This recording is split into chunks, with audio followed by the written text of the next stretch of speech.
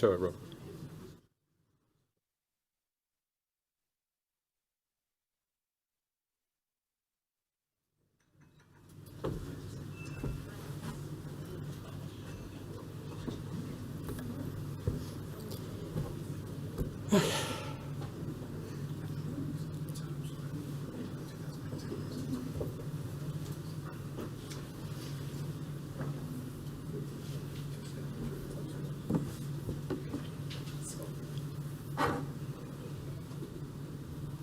You guys good with that?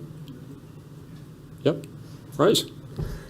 Good morning, everyone. I was not expecting a full room, to be honest. So I'm very happy to see so many faces in the room today. Welcome to alphawave Semi's first Capital Markets Day. As you would have seen this morning as well, there was a rebranding this morning announced from alphawave IP to alphawave Semi. So what you see here today is already the new brand of the company. Before we start, I just need to take care of a few housekeeping items. There's no fire drills today, so if the alarm goes off, unfortunately, we're going to have to leave the building. And we'll follow the fire marshal if that happens. Touch wood, it won't. As always, I need to refer you to the forward-looking statement. We will be making comments about market estimates and our current views of the business. So please keep that in mind. And the slides that we will use today and the recording will be available on our website as usual. If anyone has any issues, just ping me an email and I'll make sure you get the links. Now, moving into the agenda, you'll see we have a packed morning ahead of us, and we are covering a really wide range of topics that are, I think, quite important to understand our business. And I would encourage you, please, to make the most of the Q&A sessions. We have two of them. One kind of following the CTO's presentation, another one at the very end. But do make the most as well of the coffee break. The team are all sitting on the front row. If anyone wants to meet anyone specifically, just come to me and I'll make introductions. And without further ado, I'll hand over to John. John. Thanks, Jose. Mic check. Yeah, sounds good. Good morning. A very warm welcome to everyone joining us in person here at the LSE. It's my first time actually here at the LSE. And welcome to everyone joining us virtually also. I think we have at least 3 continents represented online today. For those of you who don't know me, I think I see a lot of familiar faces here, but a few new ones too. I'm John Lofton-Holt, co-founder and executive chairman of the company. A bit about me, I fell in love with hardware as a teenager actually, working at NASA Goddard Space Flight Center in the US, and then studied electrical engineering at Princeton University and Johns Hopkins University. And for the next 30 years after that, I've done pretty much nothing but semiconductors and hardware, both as an investor and as an operator. So in today's environment, I bring a somewhat interesting perspective because I've been an investor. I've been an investor actually longer than I've been an operator. I've also been an investor in alphawave. So it's an interesting perspective that I think all the founders bring to this discussion today. A bit about what we're going to do today in terms of the format. A lot of you have met me, you've met Dan, our CFO, you've met Tony, my co-founder, our CEO, but you're going to meet a broader part of the team today. We think that's very important because you've met Tony, you've met Dan, you've met me. We're more the business side. We call Tony our chief sales officer also. But you're going to meet really the technical genius behind why we're so successful. And so I'll let them introduce themselves as we go through the agenda today. But I would encourage you to take time in the Q&A session to talk to those gentlemen also. So first of all, you might have noticed something a bit new about our brand today. And look, we've had a couple of comments from a couple of you already. This is not the most imaginative rebrand in the world to go from alphawave IP to alphawave Semi, but it's an important rebrand for us because this represents the realization of our vision and ambition. When we IPO'd this company, we always wanted to be more than just an IP company. And we talked about that. We didn't talk about the time frame for it, but we talked about really wanting to do that. Alphawave Semi demonstrates that we are realizing that dream now today. We are now a vertically integrated semiconductor company. But we are building this vertical integrated semiconductor company on the base of this strong IP leadership that we built over the last 5 years. So one of the questions I've had even just about 10 minutes ago from one of you, are we abandoning IP? Are we moving past IP? Is this some pivot away from IP? Absolutely not. And you're going to hear that very clearly from Tony, my co-founder and our CEO. You're going to hear it from my co-founder, John Rogers, who runs our entire IP development organization. IP leadership and IP R&D is the fundamental basis and innovation engine for our entire vertically integrated company. But what we are doing now at alphawave Semi, we're able now to provide connectivity solutions, not just in IP, but in custom silicon and ultimately in silicon products.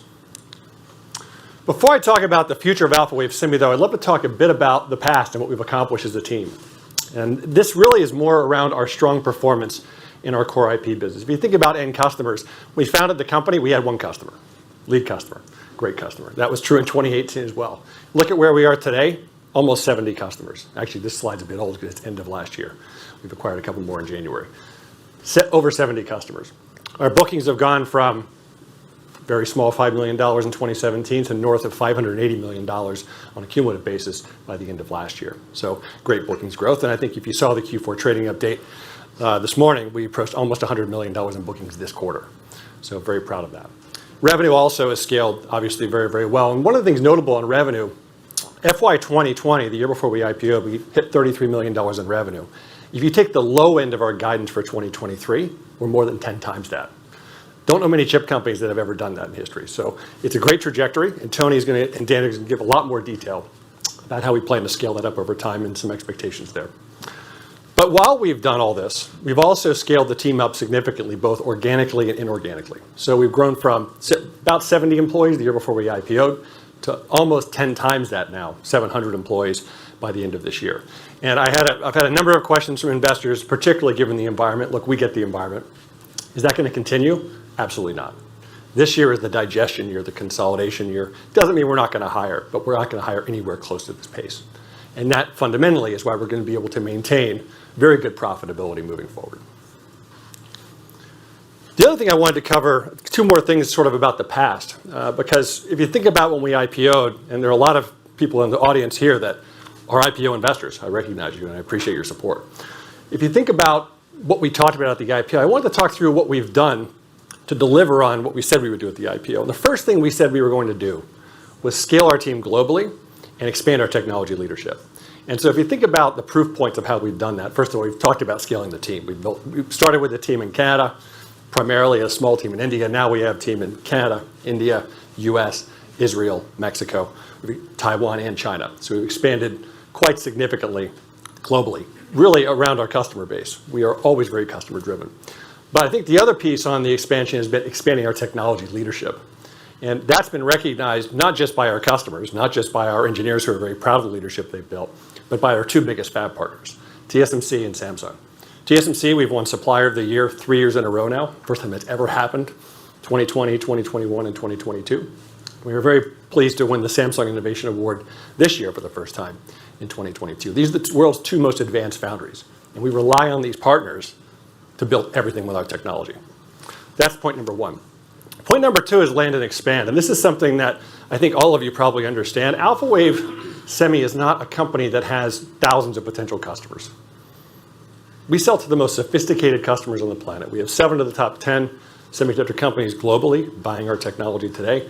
We have global hyperscalers. These are the customers that we want to service, and we do service, most advanced. So what we have to do to be successful, what we've done so far successfully, is land and expand within these big customers. Example, Samsung. We started with Samsung in 2017. Now we have 6 design wins with Samsung. The 7 of the 10 global semiconductor companies, most of those are repeat design wins.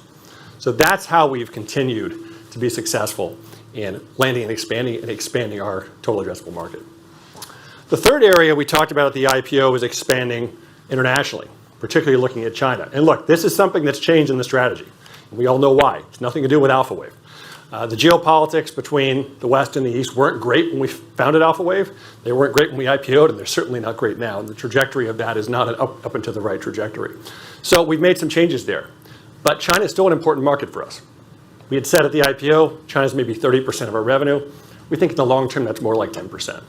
And our go-to-market strategy in China has changed completely. So whereas we were looking at using our WiseWave JV, continuing equity participation in that JV, it's clear that's not going to be possible given the geopolitics and also given, I think, the general sentiment towards China in the West. The other thing I'll say that's probably the most important thing on the geographic expansion, the majority of the pull that we see from customers is really from North America. So what we've learned over the last 18 months, I'd say, the customers that need to invest in 5, 4, 3 nanometer it's the biggest hyperscalers in the world. It's the biggest chip companies. It's not Chinese companies. It's frankly not even European companies in most cases. So we see a lot more pull from the US, and we're servicing that pull. The fourth thing we said we would do is increase royalty streams and subscription deals. We've announced 3 subscription deals, very large multi-year deals, and this scales much better than just doing one-off license fees, and that's going to continue. But the other thing we see now that we didn't see at the IPO, we see real royalties. We actually collected royalties in 2022. They weren't big royalties, but that's a proof point that our customers are getting to production with our technology. That's a very important milestone. But now with alphawave semi, in addition to royalties, which scale up as customer shipments scale, now we're able to ship silicon as well and monetize our IP in silicon, which scales even better and generates overall revenue scale we could never hit as an IP company. And then the last piece, and look, you'll hear a lot about chiplets today from very technical guys like Tony Chan-Carasoni, our CTO, from Mohit, from Babak, and from John. Chiplets are probably the biggest tectonic shift I've seen in my entire career in semiconductors, by far. And I've seen a lot of shifts. I've seen 4 different transistor styles. I've seen 5 different wafer sizes, materials change. It is huge, and it's a $50 billion market. Now, why is that market so interesting for us? What percentage of that $50 billion market needs connectivity? 100% of it does. Every chiplet ever built has to communicate. And we are front and center providing leadership, not just from an IP perspective, but also building those chiplets for customers. And we're able to do that thanks to Mohit and his team that we acquired, but also the organic growth that we built over time. So that's what we've done since the IPO in terms of investing in the business. And I wanted to go back to one last slide that we talked about at the IPO, probably the most, I'd say, comically simplistic slide I've ever done in my life. But it does tell a very, I think, compelling story about our motivations as a company. So when Tony, Raj, John, and I founded alphawave, we had a vision for building an IP company. 2017, that's it. We were going to build an IP company. We never thought we'd IPO. We just thought, hey, we'll build a nice, successful IP company. We've done it before. And so we started building out our core and product IP licensing business. Grew 100% year over year. Then we thought, well, we could IPO this thing. But then we said, wow, there's a bigger opportunity. First of all, we can get royalty. That second royalty layer, now that's kicking in. We said in the IPO it might be 2023. Yeah, it started in 2022, a little early. That's good. But the third layer is one at the IPO we talked about aspirationally, but we didn't have a time scale on which to address that opportunity, and that was moving into chiplets and silicon. We always knew we would do it. We knew we'd be able to license to get into that market, but we didn't know the time frame at which we could do it. And that's what's been interesting about 2022. We saw an opportunity, and we saw customer pull to do that faster than we expected.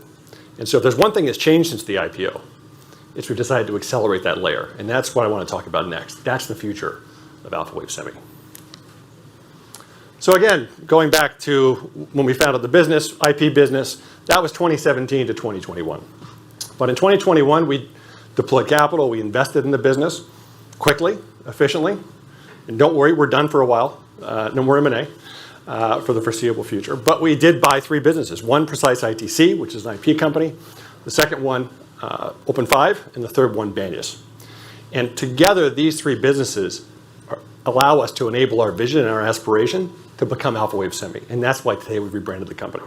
So that was the deployment year last year. So what's this year? This year is what we're calling the digestion or consolidation year. And look, we're very realistic about what it's going to take to do this integration. You're going to hear from every single one of the other speakers today about the integration challenges and the integration efforts that are ongoing. Because it's not just one group or one person in the company that's driving the integration. It's really the entire management team. It's a big challenge for us. But it's a challenge we're up to and one that we're already implementing.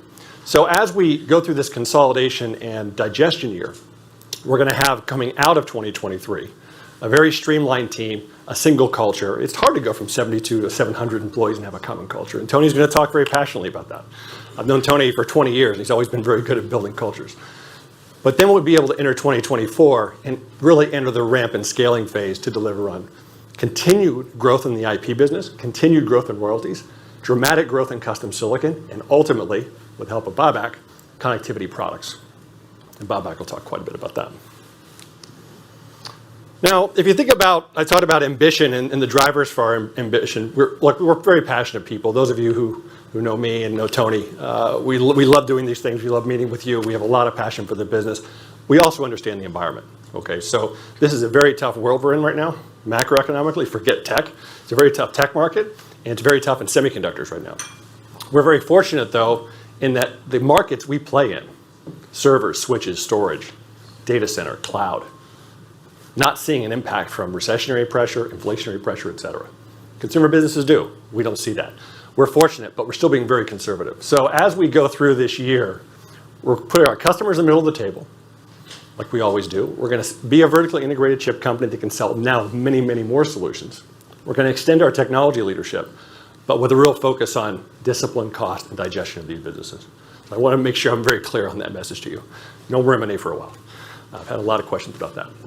And look, what's that going to end up ending 2023? Leaving 2023, we will be the world's leading vertically integrated chip company, focused on connectivity. So before I transition to Tony, I wanted to talk about one more thing, which is ESG. And ESG has been something that I've been very passionate about since we founded the company. Bless you.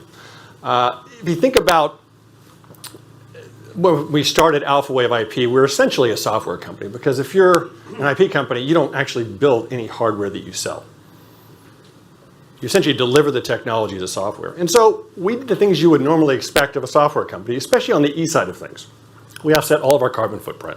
We have recycling programs. But there's not a lot of leverage you can pull when you're just a software company. On the social side, I'll tell you, and Tony will have some nice stats for you on this, we've been very front-footed on this. Toronto's a very diverse place, and in founding the company, and we're more than 20% women and more than 50% visible minority. It's a very diverse company, and we've done, I think, a pretty good job there. And on governance, even well before we IPO'd, we put together a very diverse board, majority woman board, independent board, and a board that was very sort of diverse from a background perspective as well as national perspective. It wasn't your typical semiconductor 8 white guys from North America.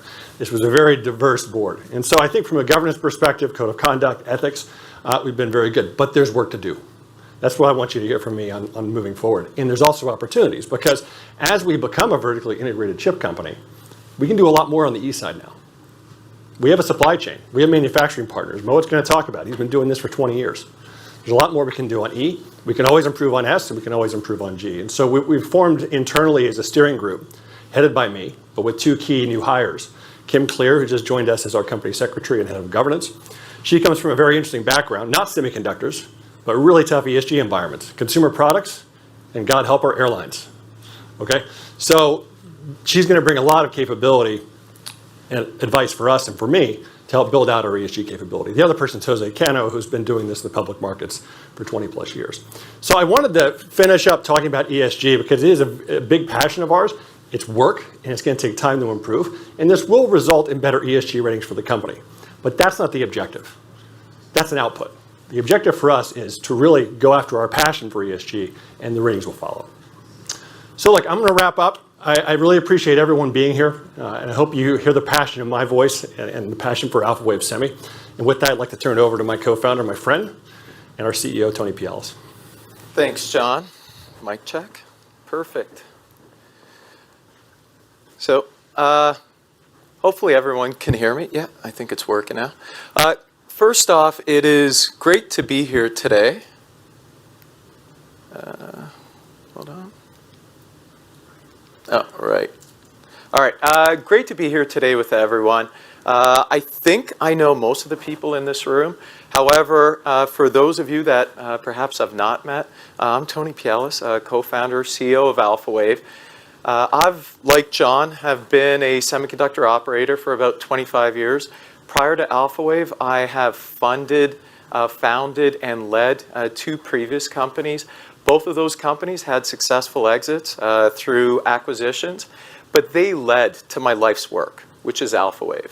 And so I am super pleased to be here at the London Stock Exchange in person. Unfortunately, when we first listed the company, it was right in the midst of COVID. And so we had to do it virtually. I remember getting up early in the morning on our IPO day, and the closest I came to the LSE was a virtual background on my desktop for the LSE. So it's wonderful both to be here in front of you in person, as well as be here live at the LSE. So before I give you an update in regards to alphawave semi and the changes that have happened in the business over the last 18 months, let me quickly recap in regards to the briefing that went out this morning in regards to our Q4 and our second half 2022 results. First off, we ended the year strong. We always said that our business ramps throughout the year. We closed Q4 with $95 million of committed bookings, putting us on a great run rate to execute and beat our 2023 guidance. In addition to that, look, the pace of design wins has increased. We secured 8 significant design wins in Q4. Also very exciting to me, we secured our second design win for our electro-optical products. And where we used to say we work with 5 out of the top 8 semiconductor companies in the world, well, guess what? We're now working with an additional 2 top 10 semiconductor companies. So that moves us to 7 out of 10. In terms of the business that we've won throughout the second half of this year, we've secured $93 million in license and NRE fees, and a pretty impressive $82 million in silicon and royalties. And remember, those silicon and royalty numbers only include about 4 months of an integrated custom silicon business. And when we announced the acquisition of OpenFive, I talked a lot about synergies between custom silicon and IP. Well, that's already started to materialize. Of the $93 million in license and NRE, $65 million of those fees comes from deals that include a combination of IP with custom silicon, right? One business feeds the other. In addition to that, 40% of our overall NRE bookings come as a direct result of that synergy. So now, let's talk about this transition to alphawave semi. What is the major driver? What's the focus of the business? Well, the focus, and when we first founded the company, was we saw that data centers were having to deal with a significantly larger amount of data. All of the world's data is now being stored in data centers. And why is that? Well, for the first half of the 2010 decade, most of the data being generated was being generated by us in this room, humans. Initially by our PCs and later on through our mobile devices. But in and around 2017, a change occurred. What happened was autonomous devices started generating data, especially high quality video. So these are things like security cameras. These are things like autonomous vehicles. Now you have VRs. And all of this content got pushed up into the cloud. And that transitioned us from a period of linear data growth to what we now call exponential data growth. I think post-COVID, we all understand the concept of exponential growth. It results in a doubling of data every 2 to 3 years. And so what this means is at the end of 2022, we had about 90 zettabytes of data in the world. That's 90 followed by 21 zeros. Fast forward 3 years from now, in 2025, that amount of data will have doubled. So this has put a huge, huge constraint on our data centers. And that's the focus of alphawave semi. Our job is to solve the exponential data growth problem within our data centers. So what does exponential data growth mean to the infrastructure providers that have to manage all of it? Well, the data switch is the heart of our network. Every piece of information must flow through multiple of these within a data center. When I founded alphawave in 2017, the leading edge data switch had a capacity of about 5 terabits per second. That switch employed a brand new standard called 100 gig PAM4 connectivity technology. Well, let's fast forward over the next several years. You'll see on the chart on the left, every 2 to 3 years, data bandwidths in these switches, the hearts of the network, doubled.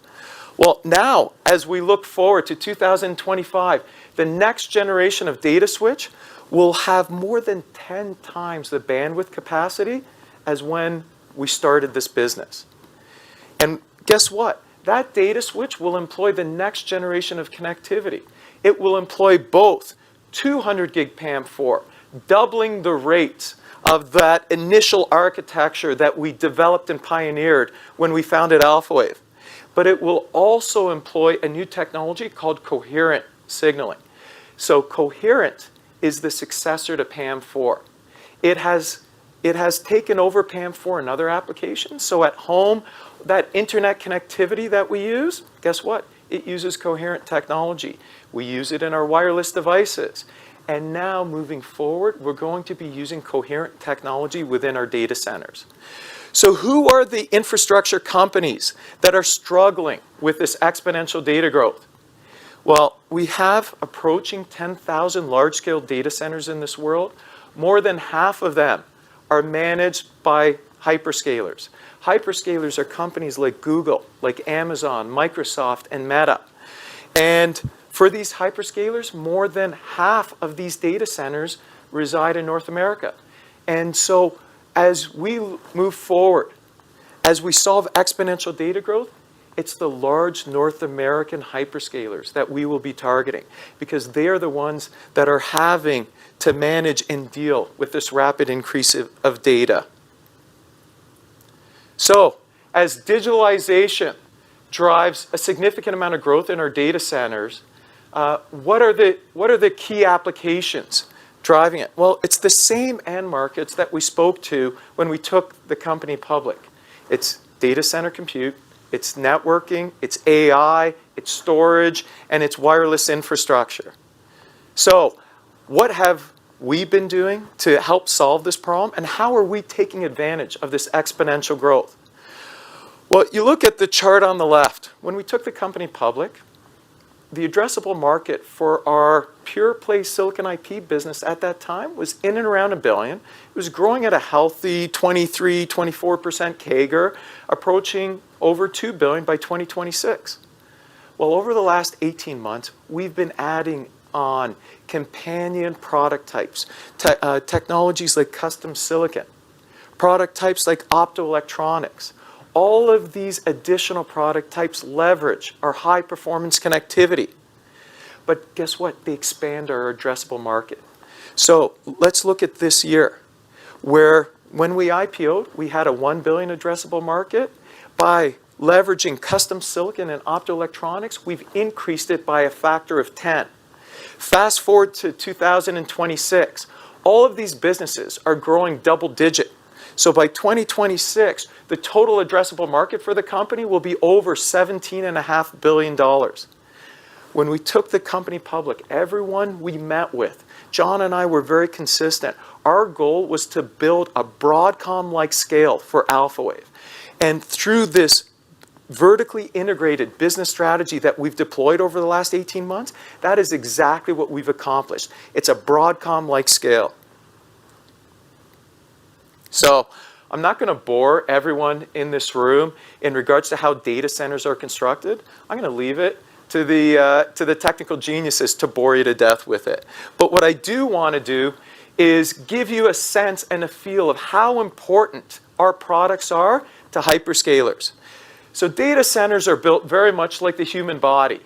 You have a spine in the data center that transmits every piece of information over square kilometers of server racks within an infrastructure.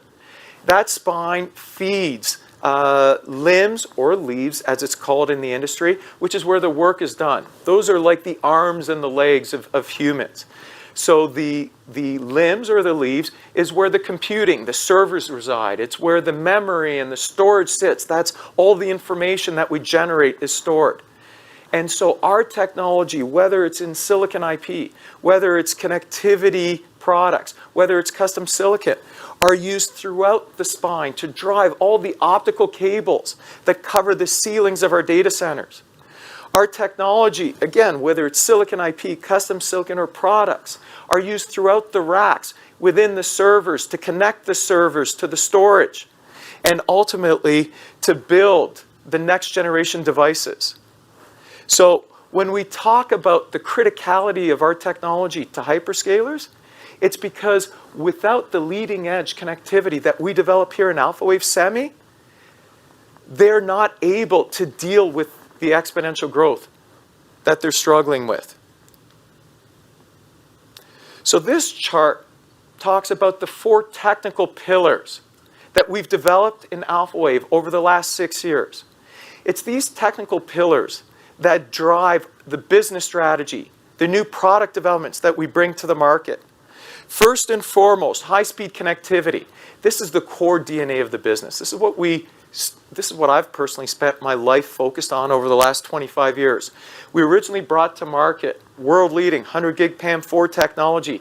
We've surpassed that now with 200 gig technology, next generation server interfaces, next generation chiplet interfaces. We've been recognized by the world's largest foundries as the premier leader in high-speed connectivity.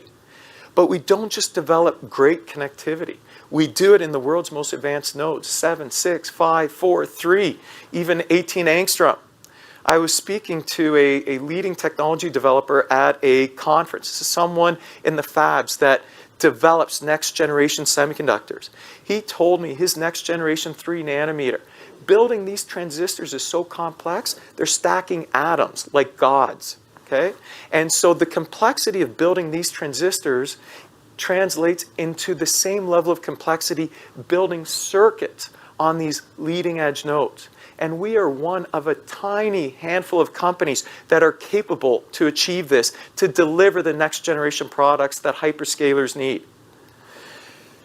When you look at next generation chips within data center, when I started my career, and for a good majority of my career, it was a single piece of silicon packaged within a single device.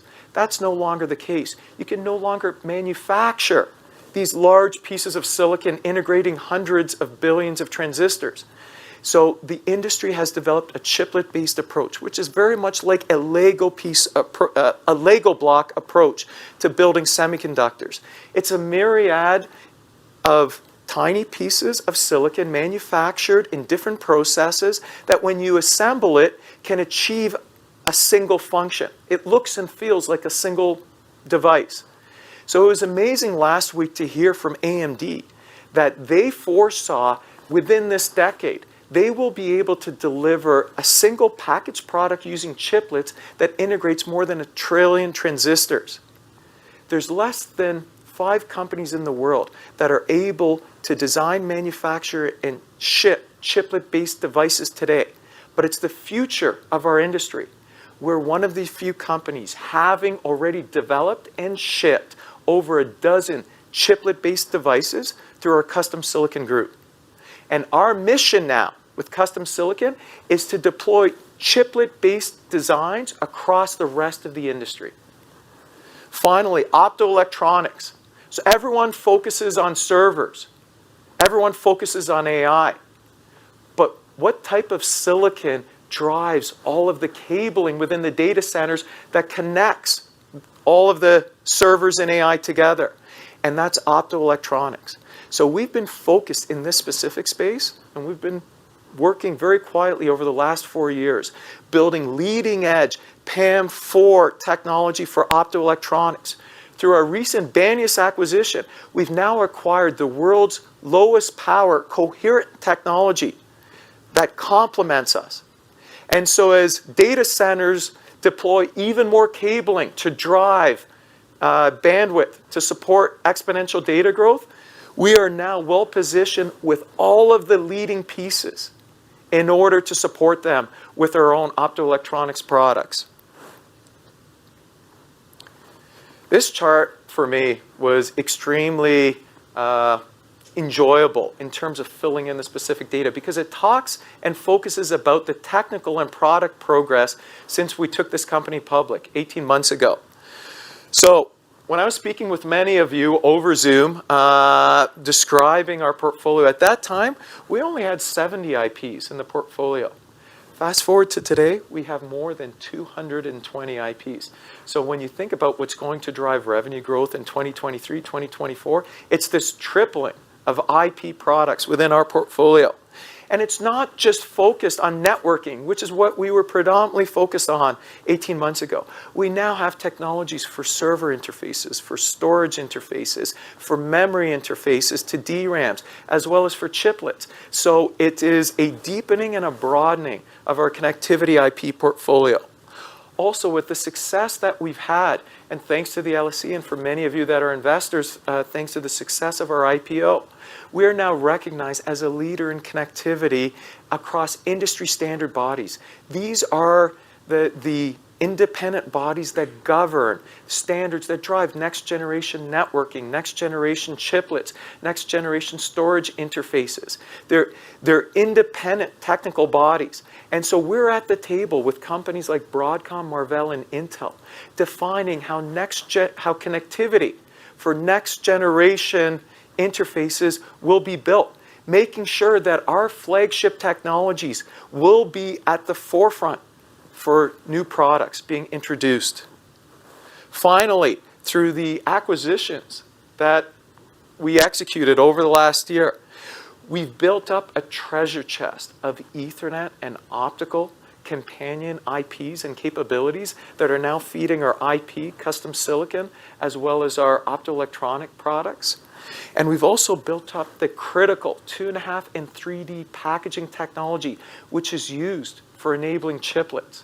That technology is what we are deploying through our custom silicon to help build the next great generation of products for hyperscalers. So we wanted to focus on this chart in terms of what are the key ingredients for building a great connectivity company. And it's also a great summary of the journey that we've been on and continue to be on here at alphawave. So first and foremost, a great company always starts with the people and its culture. And when we founded alphawave, it was a handful of technology experts that were bold, that wanted to innovate and disrupt the way that high-performance connectivity was built. And we founded the company and have successfully scaled it since then from that handful to over 700 engineers, now spanning multiple geographies through Canada, through the US, through Israel, as well as India. Then we focused that team and that culture of challenging the status quo and driving constant innovation, and we focused them on building world-leading connectivity technology. And that team has developed a broad portfolio of silicon IP and now custom silicon capabilities. That was the first 6 years of our journey. Now, as we move forward as alphawave Semi, we're focused on vertical integration. So taking these companion product lines that all leverage the same core connectivity technology, and we're monetizing it across all of the businesses. And we're vertically integrating through our greater scale. We can supply an even broader range of solutions to our customers. And it gives us greater competitive protection, being able to expand to our customers and offering them different product types as our competitors try to catch up to us. Finally, as part of our land and expand, what better way do I have to expand within a customer than provide them IP, custom silicon capability, as well as sell them all the products they need to drive the cabling within their data centers. So with this vertical integration that we've achieved over the last 18 months, we've now expanded the company in terms of having focused business groups. Now this expansion may look like a diversification to our business, but actually it's a vertical integration of products that all leverage the core IP that we've been developing over the last 6 years. So we have an IP business group which is focused on continuing to develop world-leading connectivity technology and deploying it to hyperscalers and to all of the silicon that drives our data centers. We also have a custom silicon organization that works extremely collaboratively with our customers, taking their specifications and transforming it into silicon to power the next generation of hyperscalers. And we also have a connectivity products group that is developing the next generation of PAM4 and coherent technology to drive the cabling that will feed our exponential data growth over the next several generations of product refresh. So for the next few minutes, I'll dive into each of the business groups to give you a better feel in terms of the products that we've developed and the offerings that we're shipping to the industry today. So for our IP group, we have a world-leading portfolio of all the high-performance connectivity used in data center products today. We have the core connectivity needed for servers and storage, whether that's for CPUs, graphics, GPUs, FPGAs, and AI. Our networking product types not only have the original PAM4, 100 gig PAM4, but we also offer the next generation 200 gig. We have optical specific interfaces, short reach networking interfaces to drive all of the applications and products needed in networking. We've also expanded and now offer leading edge memory interfaces for DRAMs, whether those DRAMs are out on the board or those DRAMs are now co-packaged as a chiplet within our servers, within AI devices. And finally, we have the next generation chiplet interfaces. Chiplets desperately need connectivity. It's all about taking a single piece of silicon and breaking it up into multiple pieces that need high performance, low power, very low latency chiplet interfaces that make it look and feel and operate like a single device. Our custom silicon group works extremely collaboratively with our customers. We start off taking a spectrum of customers in terms of what they need for their next generation device. We then look into our portfolio of now over 220 IPs and pull from it the ingredients that we can bring to the table in order to deliver on the customer specs. If there's certain IPs that we don't have already developed, well, we can develop them ourselves, or we can work with the with our IP partners within the ecosystem and acquire all the remaining ingredients. Then our job as a custom silicon organization is to stitch all of these IPs together, to tape it out to third-party contract manufacturers who will fabricate, package, and test the device, and then we sell the final piece of silicon back to our customer. So what does this mean to us as a business? Well, with silicon IP, which is our historical business, a single design win would result in about 5 to 10 million in revenue up front and about 1 to 2% of ongoing royalty from the revenue of that the product generates as it's shipped. Well, as a custom silicon organization, now we collect anywhere between $15 to $50 million of revenue up front. And rather than only extract 1 to 2% of the revenue of the product shipping, we extract 100% of the revenue for the product shipping. So it is a far greater scale of business than pure play silicon IP. Now, to give you a sense of the scale of our custom silicon group, within the last 12 months, we have shipped over 14 million devices to the industry. Those devices spread across 7 different process nodes and 4 different fabs. If we were to try to have built this organically, it would have taken us easily more than a decade to build an organization of that capacity. This is the value of the OpenFive acquisition. This is why you see such a rapid acceleration in the scale of our bookings just over the last quarter and a month. And what are we doing with this business now? Well, by including our world-leading and differentiating silicon IP portfolio in it, we're able to scale this custom silicon business much faster, both in terms of revenue as well as in terms of profitability. So the focus of our connectivity products group is to drive all of the cabling within data centers. And if you haven't looked, you should definitely Google it and look at some of the photos. There's a lot of cabling in these data centers. Cabling comes and is used in 3 different types of applications. The first is within the limbs or the leaves of the data centers. These are the racks of servers and storage that do all the work. Traditionally, these limbs or leaves have used copper cabling.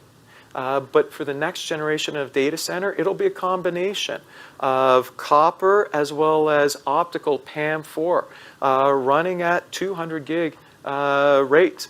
The generation after that will start to include coherent optical cabling, much more within the limbs and the leaves. Then you have the spines of the network.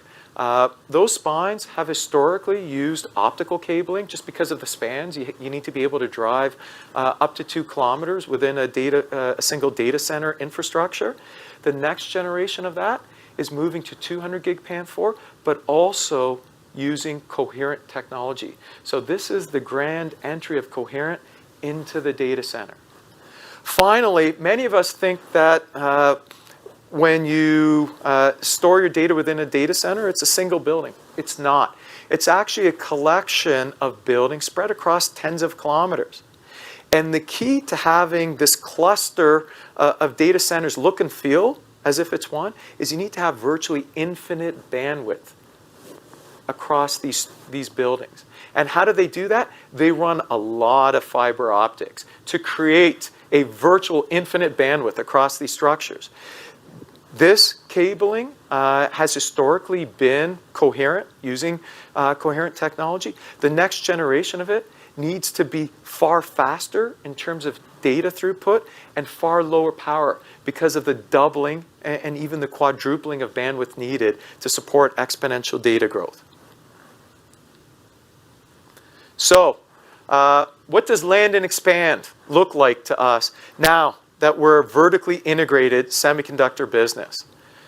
Look, we now can win a customer either as a silicon IP customer or as a custom silicon customer or through our connectivity products. I think we ended the year with over 40 pure play silicon IP customers and with over 85 custom silicon customers, with approximately 40 in the design phase and 45 in production, providing us silicon orders on a quarterly basis. So we have over 125 customers now to expand across. We also have 2 leading customers on our optoelectronics products. So look, we land a customer through one of these business groups. We can then expand within that product offering and also offer them products from our companion business groups. To illustrate this, let's look at that hyperscaler that I announced in September of last year.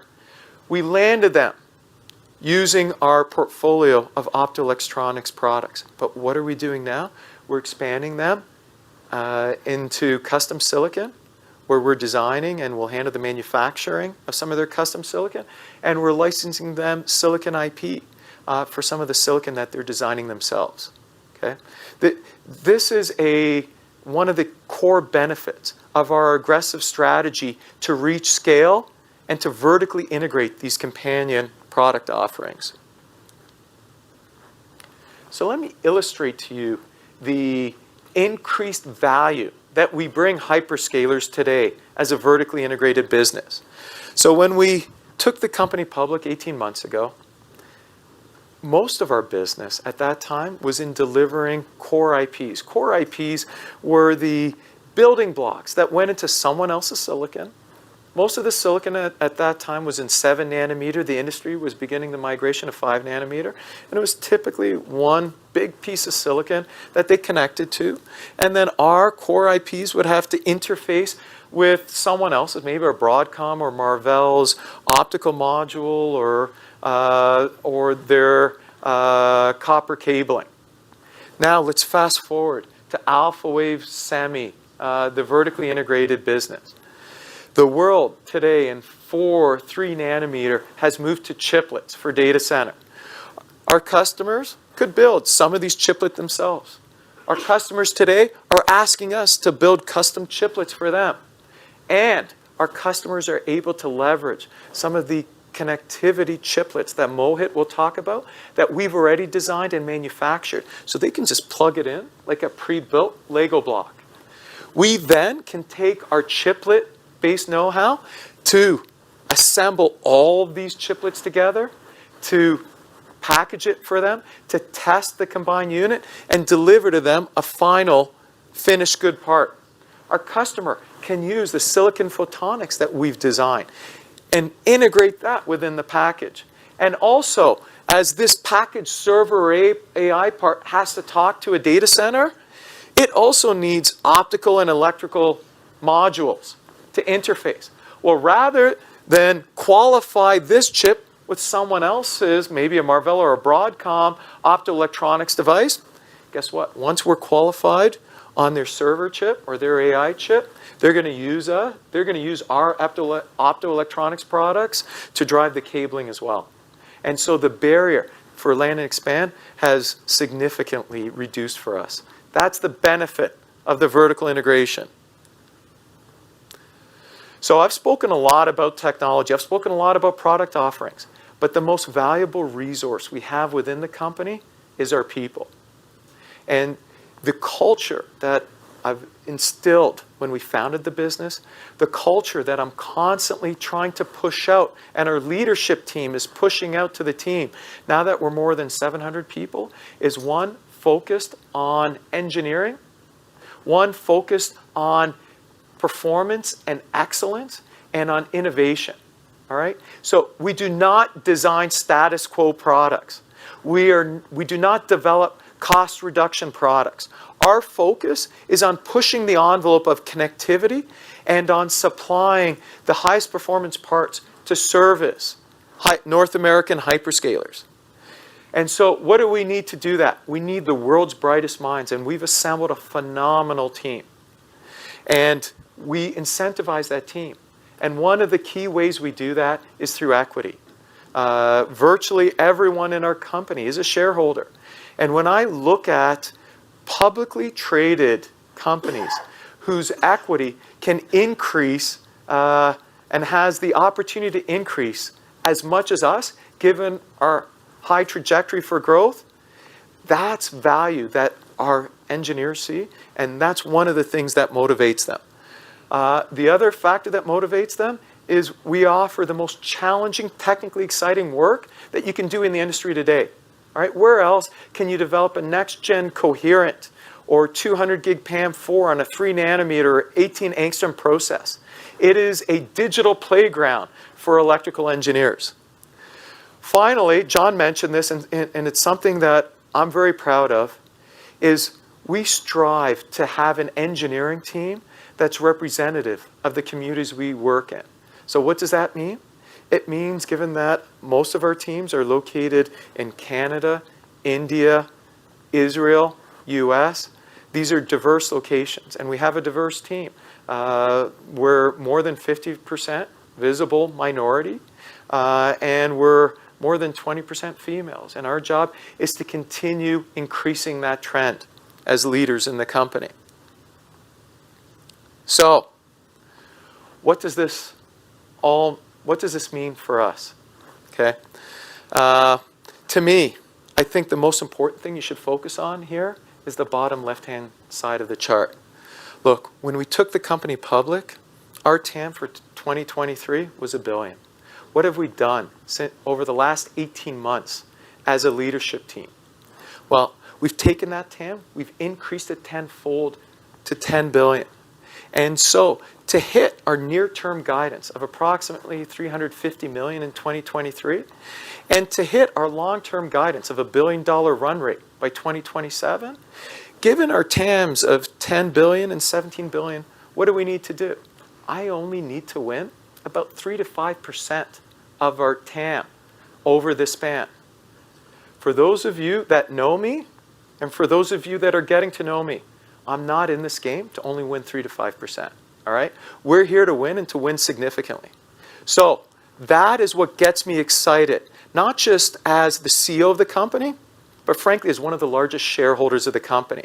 And that's what I want you to remember. The guidance that we've provided you is well within our reach, given that we've, over the last 18 months, built this Broadcom-like scale within alphawave semi.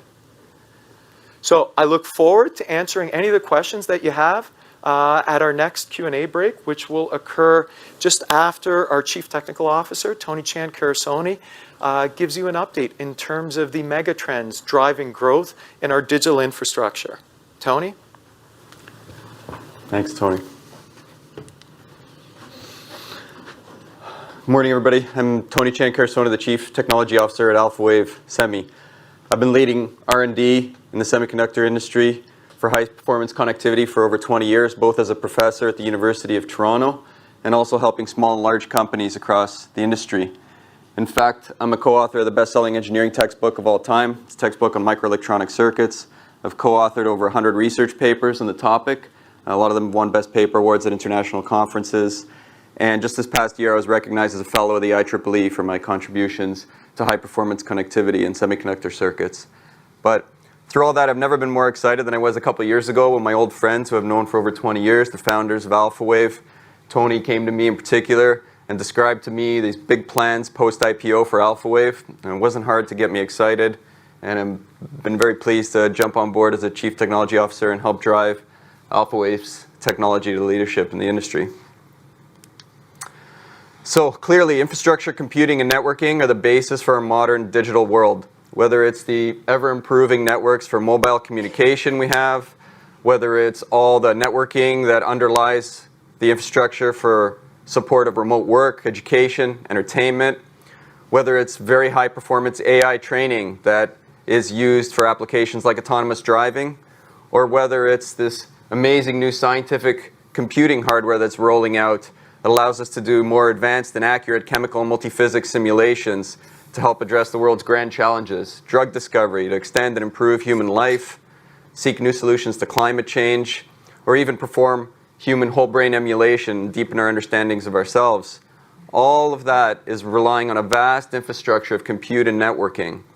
Data transmission networks today account for about 1 to 1.5% of global electricity use, and data centers and data transmission networks represent about 1% of energy-related greenhouse gas emissions.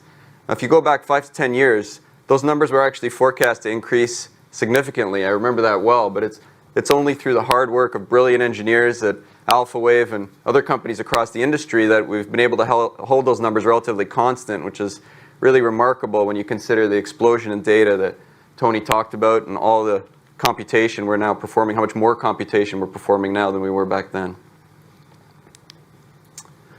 So when you think about connectivity, usually you think about the devices in our hands, phones, laptops, but really the wireless links to those devices are just the last link in a long chain of connectivity that goes all the way back to massive hyperscale data centers. So alphawave's expertise is in the circuits and systems required to communicate data through that chain over each of those links.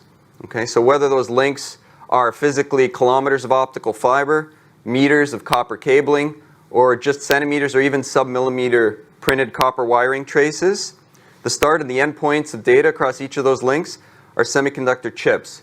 And that's where alphawave makes its business, is in those semiconductor chips. If you could trace data through this long chain, you would see that it traverses many, many hops from one chip to another, starting from, say, a camera or microphone or some other sensor out on the edge, gets into the infrastructure, goes along optical fiber, back into massive data centers. Once there, it undergoes dozens or even hundreds of hops. As it goes into storage, it's retrieved, it's used to train AI, goes back into storage, retrieved again, and used to produce a new answer to a problem, maybe a new image, sent back out again. Okay, so every one of these dozens or hundreds of hops have silicon endpoints, and it's there that our IP is having an impact. So if you look inside the data centers, actually up to about 3/4 of all data center internet traffic traverses internally within the data centers. So that explosion of data that Tony talked about drives continuous hardware upgrade cycles as the hyperscalers race with each other to stay at the leading edge. Meanwhile, there's another trend toward placing application-specific compute closer to the endpoints of data. So you've got these baseband units that are connected to remote antennas. Those now are housing increasingly a lot of application-specific compute. And that allows them to deliver data, high-performance connectivity, low-latency connectivity to the end users without having to go all the way back to the cloud every time. So that's creating new applications for high-speed connectivity, and it's the reason why the rollout of new 5G, 5G+, future 6G networks are another driver of continued hardware upgrade cycles for connectivity. So let me talk for a minute about the chip-to-chip connectivity that goes on inside a server. So I put together a little cartoon of a server here. Basically, servers are single printed circuit boards that house many chips. You've got processing engines, central processing unit, CPU, graphics processing unit, GPU. Then you've got memory and storage, also on the same printed circuit board. And then you've got some connectivity out on the edge there that's usually delivering Ethernet in and out. So wiring on that printed circuit board carries data between the chips. The connectivity between the processing engines, the CPU and the GPU, and storage is generally carried over Peripheral Component Interconnect Express or PCIe links. Connectivity between the processors and memory is usually carried over double data rate DDR or high bandwidth memory HBM interfaces. So all these acronyms, PCIe, DDR, HBM, these define standardized interfaces. The standards basically define a series of tests that connectivity solutions have to pass in order to ensure that solutions from different providers can interoperate with each other. This is really essential for the industry. It's what allows system makers to know that they can confidently acquire solutions from different vendors and that they'll interoperate, plug and play, work right out of the box. So defining standards is really important to allowing volumes to increase in any new connectivity technology.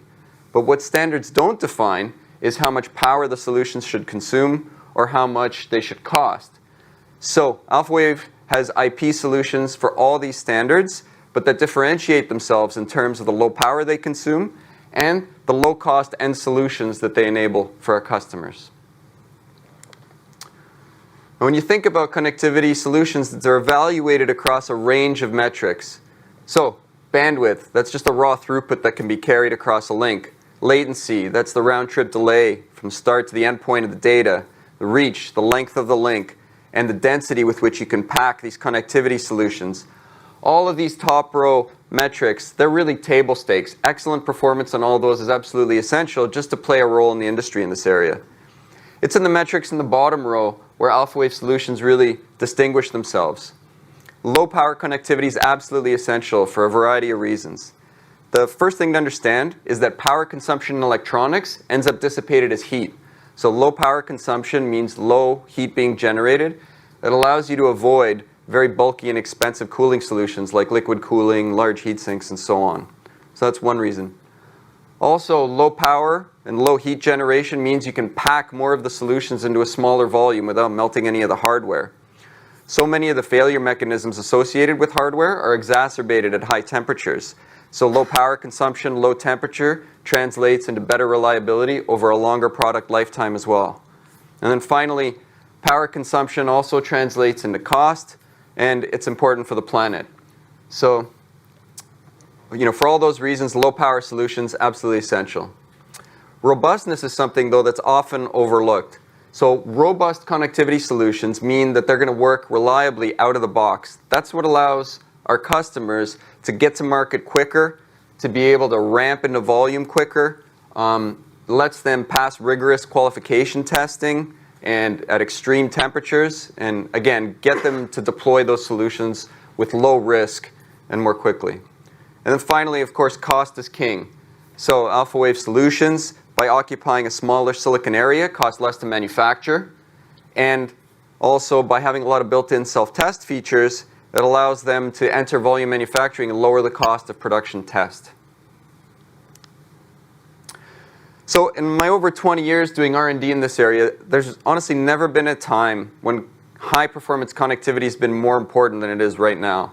And the reason is we're seeing a confluence of several megatrends, all of which are fueling new and more important connectivity solutions. And so I'm going to spend the rest of my time with you this morning doing a bit of a deeper dive on each of these. So the first is the fact that optics are seeing increasing use, and being used closer and closer to the endpoints of data. Tony's also spoken a bit about our investment in coherent optical technology. I'll do a bit of a deep dive on that. Then I want to talk about a really important trend in high-performance computation, and that's a trend towards disaggregated compute architectures that rely even more heavily on connectivity. All of this is riding on underlying technology trends, continuous advances in CMOS technology, and the rise of a chiplet design paradigm. And we'll see how these are all areas where alphawave's investment over the past 5 years in R&D has really positioned us to benefit from all these trends. So first we'll talk about the increasing use of optical cables. So again, here, pictured here, is another cartoon of a server rack. So these servers, each one's on a card. They're arranged in shelves like racks, and they're interconnected to each other, today mostly via copper cables through switches. Those switches then route data traffic to other racks, typically over Ethernet links. And in the largest hyperscale data centers, aggregated data traffic flows across even longer distances, up to a few kilometers. Now, as data rates have increased, fueled by the explosion in data that Tony talked about, there's been a long-term trend towards the increasing use of optical fiber in the data centers. Now, first, optical fiber displaced copper for the longest links, a few kilometers in reach, but over time, data rates continue to increase, and we see optical links penetrating the shorter reaches as well. And now, in coming generations, we're seeing optical links being considered to displace copper links, even for connectivity of only a couple meters within the rack. And so this is an area where alphawave's technology has been at the forefront for years now. And so again, we're really well positioned to benefit from this increasing use of optics. Now, in the short term, both optical and electrical links are going to be combined in these networks. Even when copper cables come right to the front panel of these server boards, there's still an optoelectronic conversion that takes place right at the periphery here and translates into electrical links for the last hop of the journey to the final endpoints, the compute engines. However, there's an emerging trend to try to eliminate this final link in the chain, and that can basically be done by bringing the optoelectronic conversion directly alongside the silicon endpoint or even on top of it. And that results in so-called co-packaged optics, as I've pictured here. So this is an emerging trend now towards the integration of optics directly alongside the silicon endpoints. It promises to eliminate the need for the intervening receive and retransmit links there. So in principle, this could lower the cost and lower the overall power consumption of solutions. But it's not clear when this co-packaged optical technology will mature to the point that we can actually realize those fundamental benefits. Regardless of that, whenever it happens, alphawave's really well positioned to benefit from this trend because our solutions have already demonstrated that they have the reach and the robustness required to eliminate the need for that extra retransmission stage. So Tony's talked a bit about our investment in coherent optical communication technology. I'm going to do a bit of a deeper dive on that now. Traditionally, electrical and optical communication inside the data center has relied on pulse amplitude modulation, or PAM technology for short. This is basically analogous to AM radio, where digital information is imparted on light wave signals by modulating the amplitude of the light wave. Now, coherent optical communication is a more sophisticated way of imparting data on a light wave. It modulates not only the amplitude of the light wave, but also its phase. So it's more analogous to satellite radio in that it uses this more sophisticated modulation and allows us to communicate more data over longer distances with higher reliability. So for that reason, coherent optical communication has been traditionally reserved for very long-haul links, at first transoceanic links, transcontinental links, but more recently, again with increasing data rates, its use has migrated to shorter and shorter reaches. In the past few years, we've seen the emergence of a very popular standard for coherent optical communication called 400G ZR that's now being deployed widely for campus area networks over links that are less than 100 kilometers in reach. Now, a lot of the partners that we're talking to really want to see, very interested in seeing this trend continue and see the increasing use of coherent optics for even shorter reaches, 20 kilometers, 10 kilometers, or even inside the data center to provide a long-term roadmap for continued bandwidth improvements there. but it's clear that further cost and power reductions are going to be required in order to allow coherent technologies to penetrate these new markets. That's exactly what was behind alphawave's acquisition of Banias Labs earlier this year. That acquisition brings unique, differentiated, patent-protected technology for low-power, low-cost, coherent optical communication that's going to allow us to drive the industry forward in this trend. So next, this is a very important trend that's emerging now for high-performance compute. It's a trend towards disaggregation. I'll tell you what I mean by that. So on the left here is pictured a conventional architecture for high-performance compute. We're calling it a siloed architecture, where, as we've shown before, every server is on its own board. Every board houses compute, memory, and storage alongside each other. On the surface, that makes a lot of sense because it means the compute engines can access the local memory and storage quickly with high bandwidth, low latency, and relatively low power consumption. But the problem is, now you can imagine many of these servers deployed across a massive data center. Some of those servers are going to be employed in tasks that are very memory intensive, but others are going to be employed in different tasks that don't require so much memory. So what it means is that in order to avoid severe bottlenecking, essentially you've got to over-provision the memory and storage on all these servers. So I've seen estimates that say 30 to 40% of the memory in a data center never gets used. That's a lot of wasted investment there. Not surprising then to imagine that a disaggregated model where you have centralized pools of memory and storage allow those resources to be used more efficiently.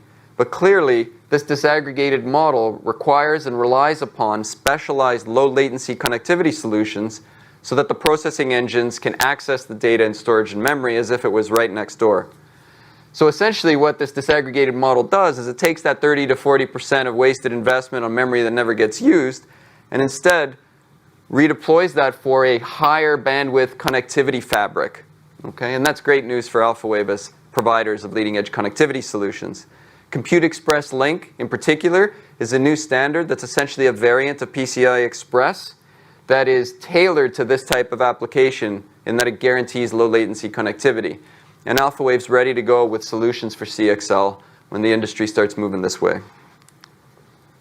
Now, all this innovation that I've been talking about rides on an underlying engine of continued technology progress, importantly including CMOS fabrication technology scaling.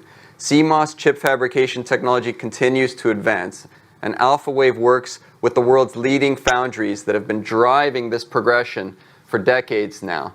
In the last 10 years, we've seen a progression from planar transistors, those are transistors that are patterned on flat plates of silicon, to 3D transistor architectures called FinFETs.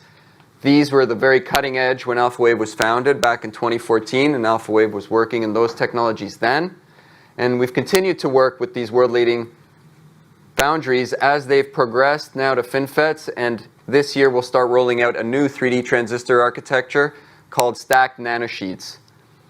So alphawave's consistently been first to provide leading-edge 100 gigabit per second connectivity IP in every major new CMOS technology node since alphawave's founding, starting with 7 nanometer, and now, this past year, the first in 3 nanometer with connectivity IP. And when these stacked nanosheet technologies come out this year, you can rest assured alphawave will be first in those technologies as well. But this progress in CMOS fabrication technology does come with a dark side. The cost of integrating compute, connectivity, and ancillary functionality on a single die is becoming prohibitive. And that's what's driving the last megatrend I'm going to talk about on the next slide. But obviously, all this advance in CMOS technology, it's allowing tremendous computational power on a single die, and that's requiring tremendous connectivity bandwidth to feed it, and that's just raising the overall market. Again, that's a trend that alphawave's well positioned to benefit from. So in order to get around the tremendous cost associating with integrating all these functionalities in the single die, as Tony talked about, the industry's converging on a new chiplet design paradigm. So chiplets, again, they're individual silicon dies that are co-packaged side by side, only a millimeter or even less apart, and then that combination operates and is sold as a single chip. And that enables a number of benefits. First of all, it allows us to implement larger chips than we would otherwise be able to do, like the example we talked about announced from AMD. What it also allows us to do is implement different functions within the system with the technology that's best suited to that function. So you can have high-performance compute in the cutting-edge CMOS. You can have high-performance I/O implemented perhaps in one generation older technology to save a bit of cost. Memory requires its own fabrication technology, and you can stitch all these things together into a highly integrated system that's only a few centimeters on a side, that's optimized for overall cost and performance. Finally, what it does is this new chiplet design paradigm is going to swing open the doors of innovation. New companies are going to be able to come about and innovate very quickly and essentially make new chips that are bespoke for their applications simply by mixing and matching chiplets from different providers that are pre-validated Lego blocks.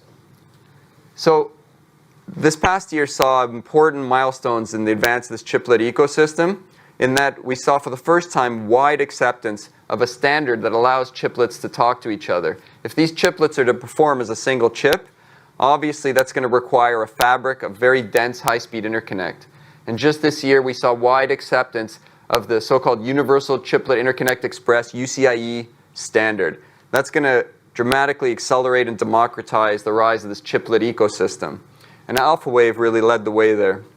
We're a contributing member to the UCIe. We're called upon to lead a lot of those activities, which is again, the standard that defines chiplet use going forward. And we're also a leader in developing both silicon IP for chiplets and complete pre-validated chiplets for the market. So again, I've talked a bit about all these mega trends, optics getting closer to the endpoints of data, the rising use of coherent optical connectivity in data centers, disaggregated compute architectures that require more connectivity, rely more heavily on that connectivity fabric, and underlying technology, advances in CMOS technology and the rise of the chiplet ecosystem, and tried to talk about how alphawave is poised to benefit from all these megatrends in the coming years. Now when it comes to speculating 10 years in the future in high tech, obviously that's risky business, but there's a few safe bets when it comes to high performance connectivity that I'll leave you with. So today, you still see an emphasis on using copper connectivity whenever possible, because that helps keep costs low. Computer and system designers still select individually packaged silicon chips and wire them together on custom printed circuit boards to create new systems, and we have a relatively global and interconnected supply chain. You fast forward to 10 years from now, what you're going to see is ubiquitous use of low-cost optical connectivity solutions, even for very short-reach connectivity. You're going to see complete systems designed and made by packaging together multiple standard silicon chiplets within package sizes that are only a few centimeters on a side. And finally, you're going to see complete onshore ecosystems for integrated circuits, chiplets, and advanced packaging technologies. Alphawave Semi is well positioned to extend and expand its technology leadership, delivering solutions for emerging optical connectivity applications, offering complete custom silicon expertise and chiplet IP, and leveraging our solid relationships with major Western companies and governments to fuel our continued growth. So, happy to take any questions in the coming Q&A. Thanks. Perfect. So we're now moving into the first Q&A session. Yeah. Sounds good. I mean, okay, sure.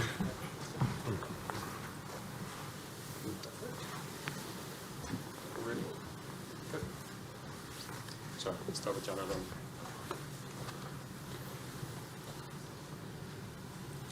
Hi, thanks for a very good overview of the business. I've got quite a few questions, so you can tell me to keep quiet whenever you want to. Jordan, we love your questions. Bring them on. Yeah, we love it. Go for it.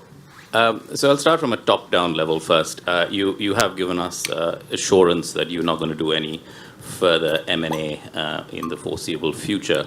But over the last couple of years, your revenue trend has been very strong, going completely in line with expectations, or even better than what you said at the time of the IPO, but your margin trend has been going completely the other way. So the earnings trend has been quite lackluster.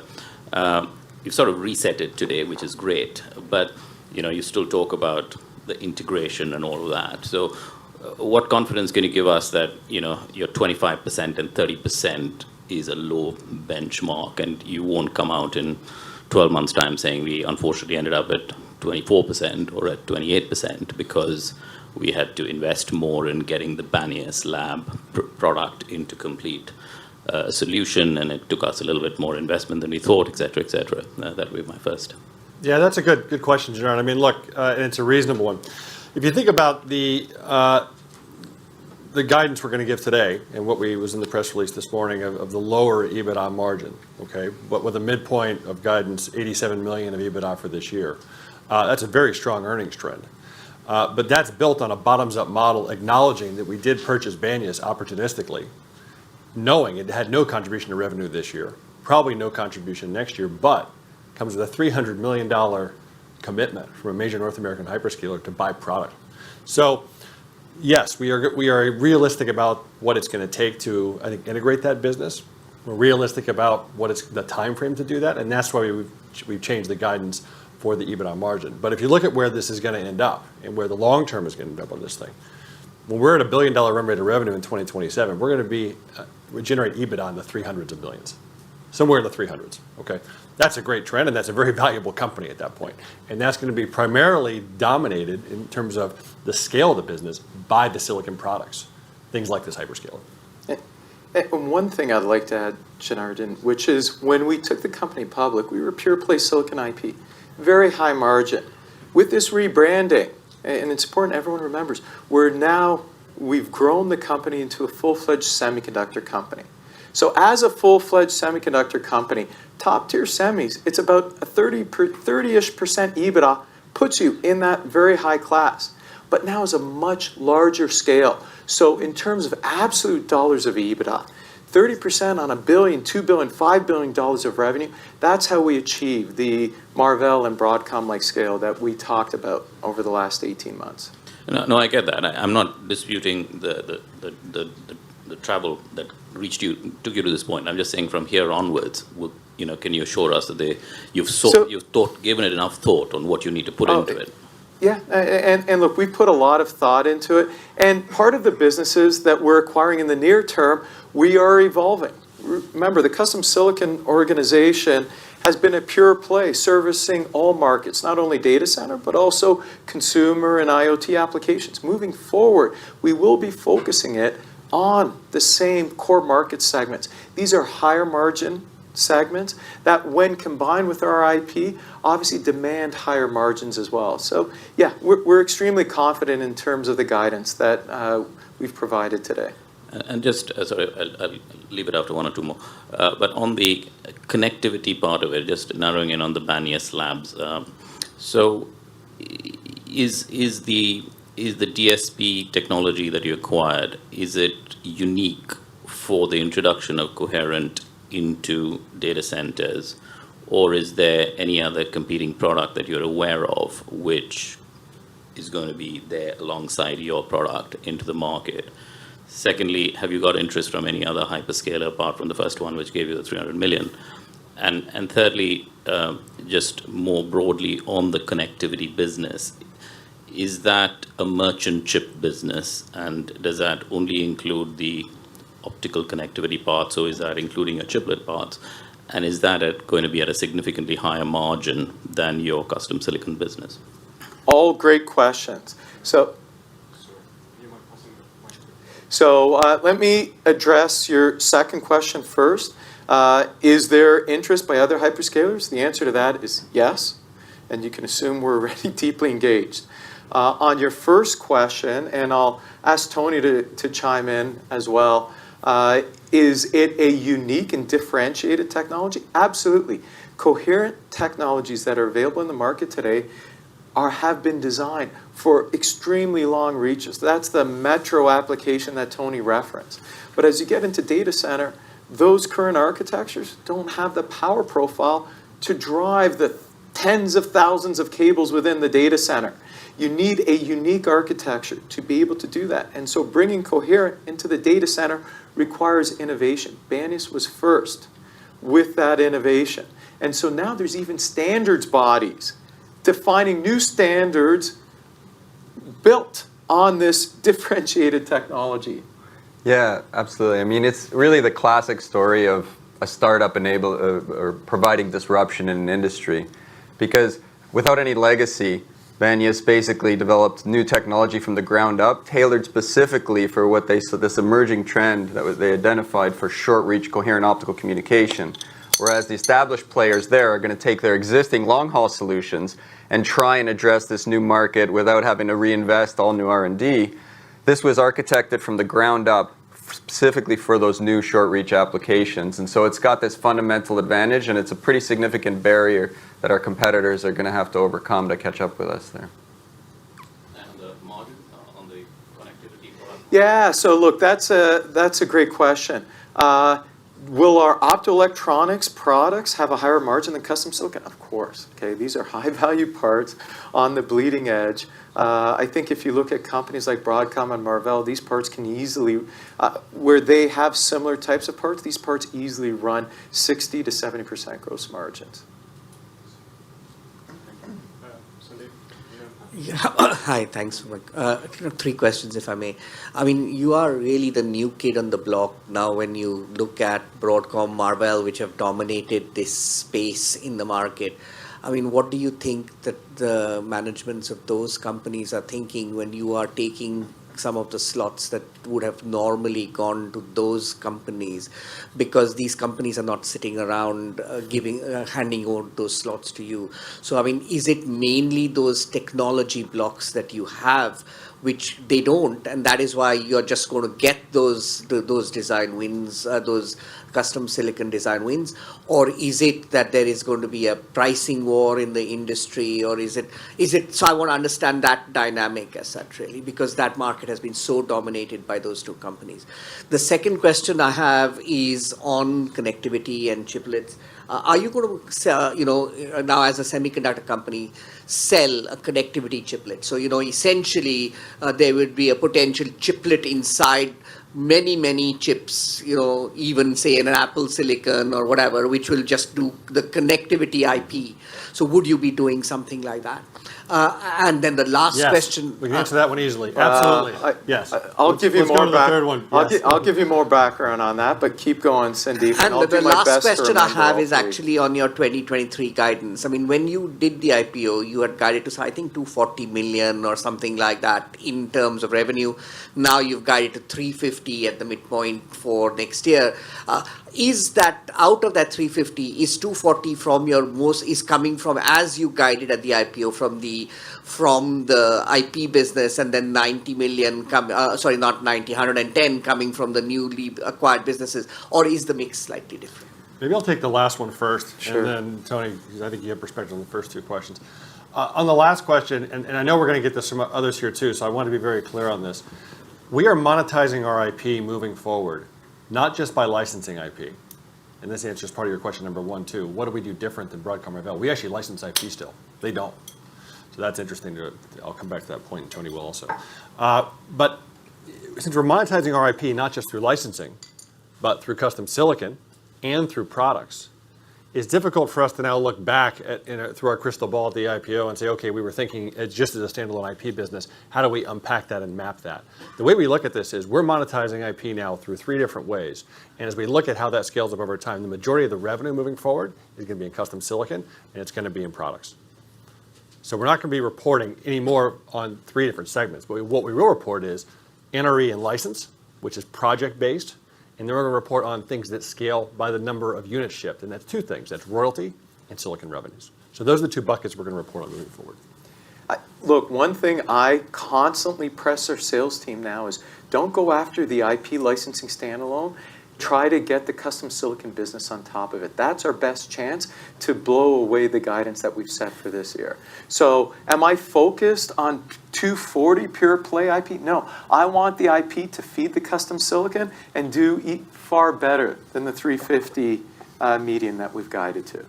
So now rewinding to your first question, Broadcom and Marvell. Look, I'd say Broadcom is the stalwart in the custom silicon space for data center and hyperscaler. I think Marvell has been in the wireless infrastructure for a long time, but under Matt's leadership, he's made a push now. So he's a relatively newer kid on the block too, within hyperscalers. Look, are they going to be happy with the moves that we've made? No. Obviously, no one likes additional competitors. But look, we're in a phase of exponential data growth. There's a lot of growth, demand, business out there. And can the market support 3 key players in the space? Absolutely, it can. All right. And look, I've led IP organizations and technology development organizations in the world's largest semiconductor company, Intel.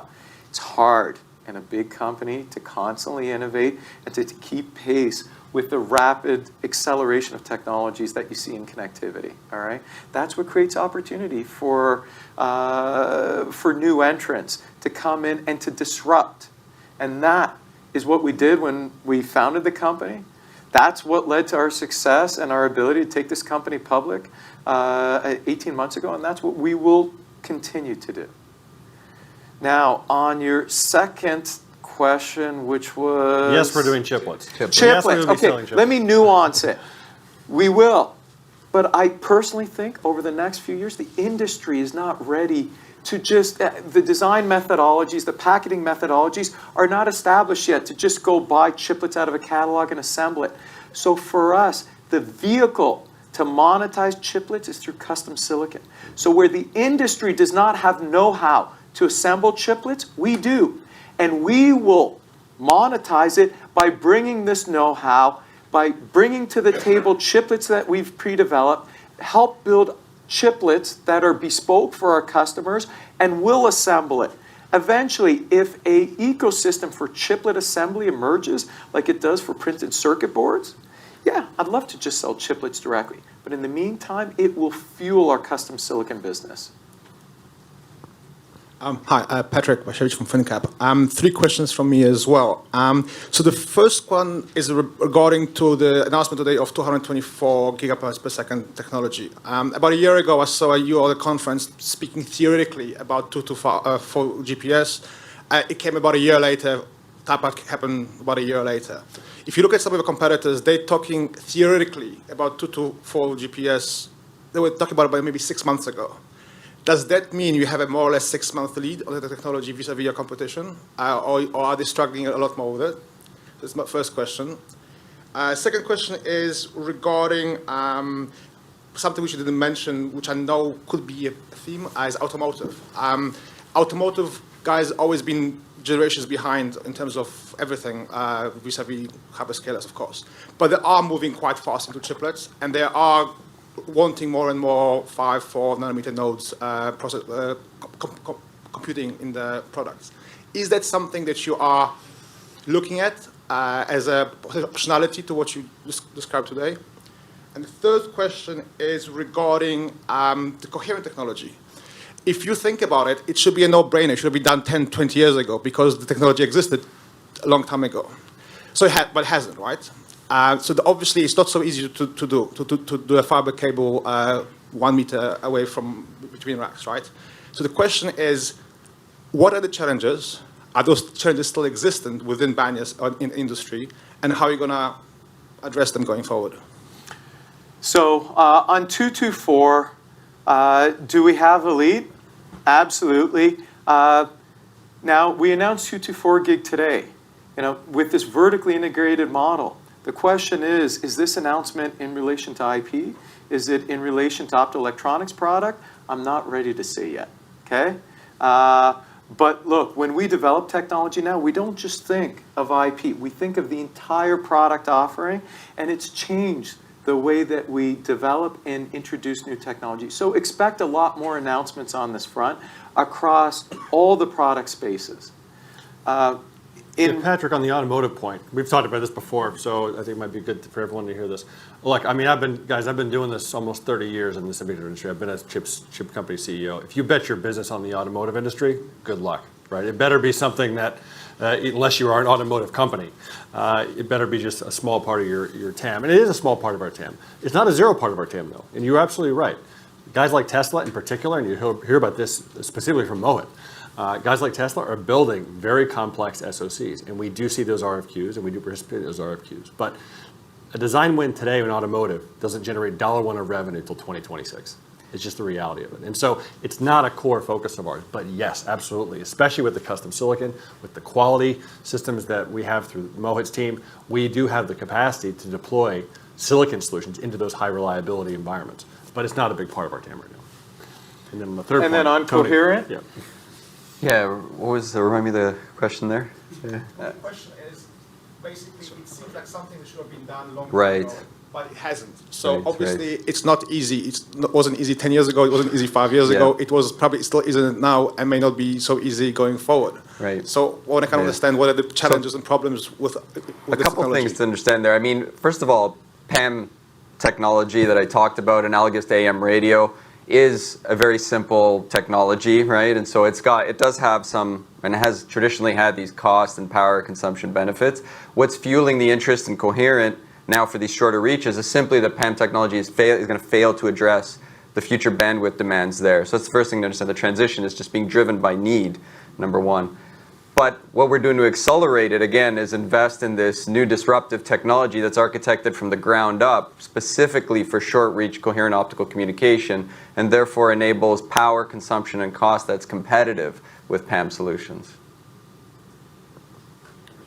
Jose, we're going to have a lot of questions. I suggest we just go over on the Q&A. It's the most valuable part of the session from our perspective. So, yeah, Hey guys, go ahead. I'm going to keep it to respect others who may have questions. Since we have the professor Tony, and no offense to you, Tony, you're a professor in your own rights. The question for you, Professor, chiplets, AMD, Papermaster, and Lisa Su, they're doing a great job, and Intel is following suit. But I struggle to see where else does chiplet come into play. And Tony, you talked about taking it to the, I think both of you talked about taking it to the compute. In any of the wins that you have, do you have any wins in compute yet? And it kind of makes sense that you use custom silicon to go sell directly maybe to the hyperscalers. But is that the right way to think about it? And then I had another question on chiplet for you, or actually not just chiplet, on data center for you. So I'll answer do we have wins in compute? The answer is yes. Okay. And then in terms of where else are chiplets being used beyond compute, I'd say anywhere where large dies need to be manufactured on 4 and especially 3 nanometers and below. And it's just because of the semiconductor's inability to manufacture large dies when you're stacking electrons for each and every transistor. And that phenomenon is driving the move to chiplets, that if you want to be able to manufacture in high volume, you got to build smaller chips. So to achieve the overall functionality, you got to break it up. And that drives new architecture types. So compute has 2 ways you can break it up. Switching, networking has alternate ways you can break it up. AI is evolving to break up its architectures. Storage, it's crazy. I'm talking to storage guys that tend not to be at the forefront. They're moving to chiplets as well. Less so on the manufacturing, more so about time to market, right? Being able to manufacture 3 different chiplets and spin out a portfolio of over a dozen products from different combinations of these chiplets. So large chips, such as networking chips, storage chips, are great. Switches, DPUs, FPGA. right? I mean, you look at DPUs, Amazon with what they've done with Graviton. They went to chiplets well in advance of most of the industry. Got it. So one quick just follow-up for you, Tony. And I love the cartoons, dumb it down for people like us, for me, I shouldn't say us. You touched on disaggregated compute. You talked about CXL. It's not directly related, I mean, I guess it is. Do you see it obviating the need for so much DRAM in data center? Because Microsoft has talked about how much of the overall BOM cost is DRAM, and how they can go and kind of not use DDR5 and go with the lagging edge. Yeah, I mean, I think the explicit goal of this disaggregated compute paradigm is to reduce this unused memory wastage, right? So I think, but inevitably, whenever you see new technologies come out in high tech, there's this promise that it can be used to save costs, and it sometimes is, but more often it's used to just enhance functionality and provide even higher performance compute overall. So, but I think the key point here is this trade-off now where you've got systems that, rather than relying on a bunch of redundant memory that's sitting around unused, instead rely more heavily on a connectivity fabric. Thank Yeah, hi, Rob Sanders, Deutsche Bank. I just wanted to ask a question about this $10 billion TAM. Maybe you could just talk a bit about your win rate and how much of that TAM is hyperscalers and what's your win rate specifically at hyperscalers.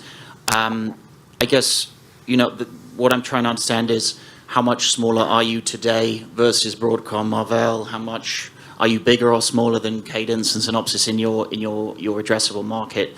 Obviously, it sounds like your win rate's very high, but your current market share of your TAM is quite low.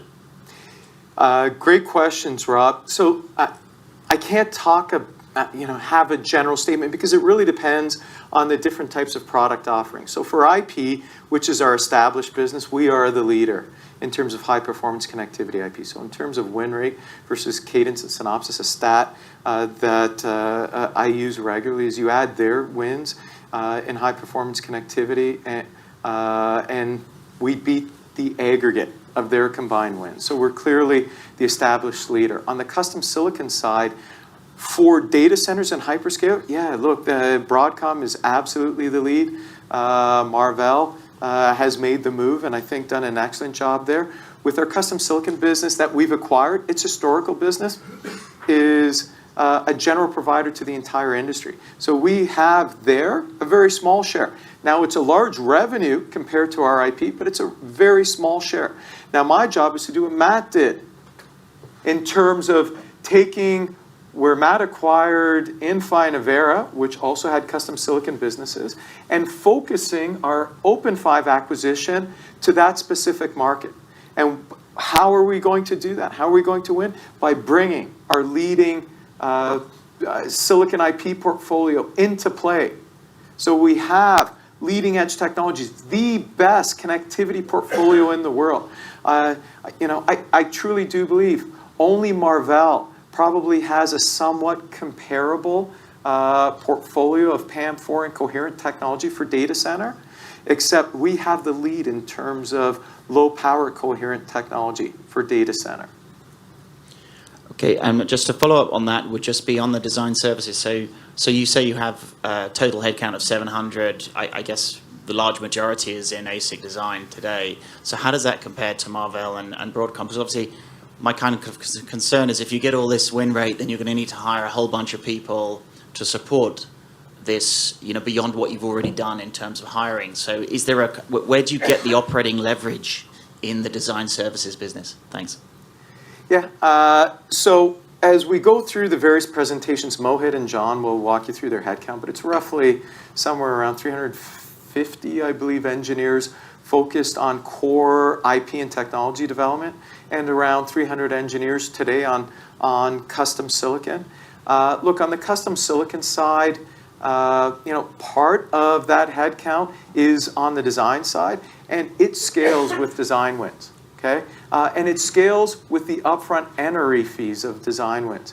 And so, look, that's a knob that we can turn up and down. Some of those engineers are in North America. Some of them, a significant portion of them are in India as well, which I think is a typical operating model for businesses such as this.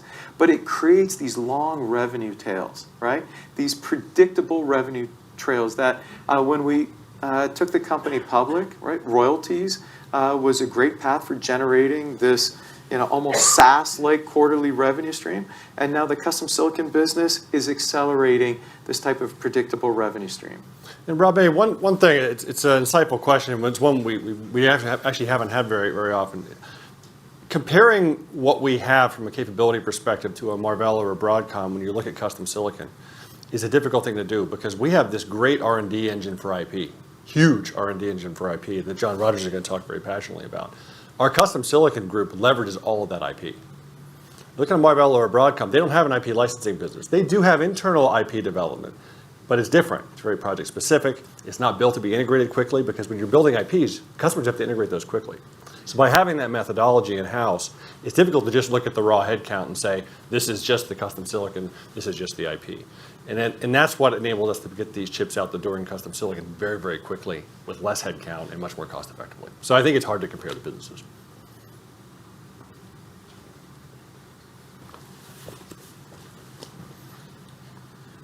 Just two follow-ups again. Going back to Banias, today you you dropped your margin on Banias predominantly, but it looked on your press release that you have tweaked down your revenue expectations. And I've talked to Jose about it, and he seemed to think that that's not the correct thing. But I just want to clarify, because your previous communication was that you'll reach a $500 million run rate in 2024, and today it was that you'll reach that run rate in 2025. But even if you are saying that it's the same thing, which I think is what you're going to say, surely the Banias should have tweaked up your 2025 at least a little bit, or is none of the 300 million and with your subsequent customers going to come in by 2025? Would be my first question, and let's push through my second. Going back to the custom silicon part of it, you said you get an upfront fee of 15 to 50 million. Did I hear that right? So you've already got 45 wins and 85 totally. Do each of those have 15 to 50 million? Because in which case your revenue should be much higher and the run rate should be much higher. So I'm just wondering, is that the correct way to look at it? That the moment you get a design win, you pop in 35 million into your revenue? John, I'll take the first question. I think Tony's probably better take the second question. So on the first question, you make a point rightfully. I'm glad you asked the question, because I think we did confuse the market a little bit with some of the terminology in the release today. So let me be very clear, so everyone is clear on exactly what we've been saying. So 2024, by the end of 2024, we will hit a revenue run rate of $500 million per year annualized. We said that when we acquired OpenFive, and that's what we're going to do. What does that mean for 2025? It means 2025 is in the 500s at least. And we stand behind that number. Now, what we also said when we acquired Banias is we didn't expect material revenues from Banias until 2025. And the timing of those revenues, hey, there's some work to do. Banias has to get product out the door, they have to get product qualified, and then they have to sell it to this major hyperscaler. It depends on the hyperscaler's time cycle. So could those numbers be a lot higher in 2025? Absolutely. Are we looking at a crystal ball now, having bought this business 3 months ago, and saying absolutely it's going to be the case? No. But I did want to clarify your point, and I'm really glad you brought that up. So just to reiterate for everyone's benefit, we will hit a $500 million revenue run rate in 2024, and we will be north of $500 million, obviously, in 2025, which will continue as a high-growth company. Now, in regards to your custom silicon, the 40 customers in design and 45 customers in production, look, a lot of those customers were customers that came along with the acquisition. Yeah. So that revenue is not something that we immediately recognize. We've had the business for 4 months now. Any new bookings and any revenue that was earned that we'll announce when we announce our year-end results, while we've been in control of the business from these 40 customers, that's what we'll recognize now. But every time we announce a design win in older nodes, the upfront NRE is obviously lower just because of the lower development costs, and the smaller the chip, the lower the less IPs, the lower the license, the lower the NRE. But more advanced nodes, larger chips, that's how you can get into the 50 million plus range upfront. And so yeah, every time we announce design awards, that's how to start thinking about in terms of immediate revenue contribution. But even more importantly, as we grow and scale this business, the significant portion that I'll be focused on is not the upfront. Okay? It's that tail of selling silicon, creating that predictable revenue stream. Okay? We will be going through a transformation where the upfront becomes less important as we build up this large silicon delivery machine. And that is what Broadcom is truly leveraging these days through its custom silicon business. And that's what we'll be working towards. And one last one is on China. Can you give us an idea of, have you paid up your full amount for the alphawave, and what are the chances of getting that money back when you retract from that? Yeah, absolutely. Look, there are a couple things on China. I appreciate you asking that question too, Janardhan. So we went through a CFIUS process to get the OpenFive acquisition done.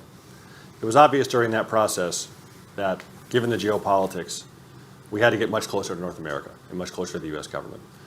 And while getting through that CFIUS process, there were no mandated changes we had to make to our China business.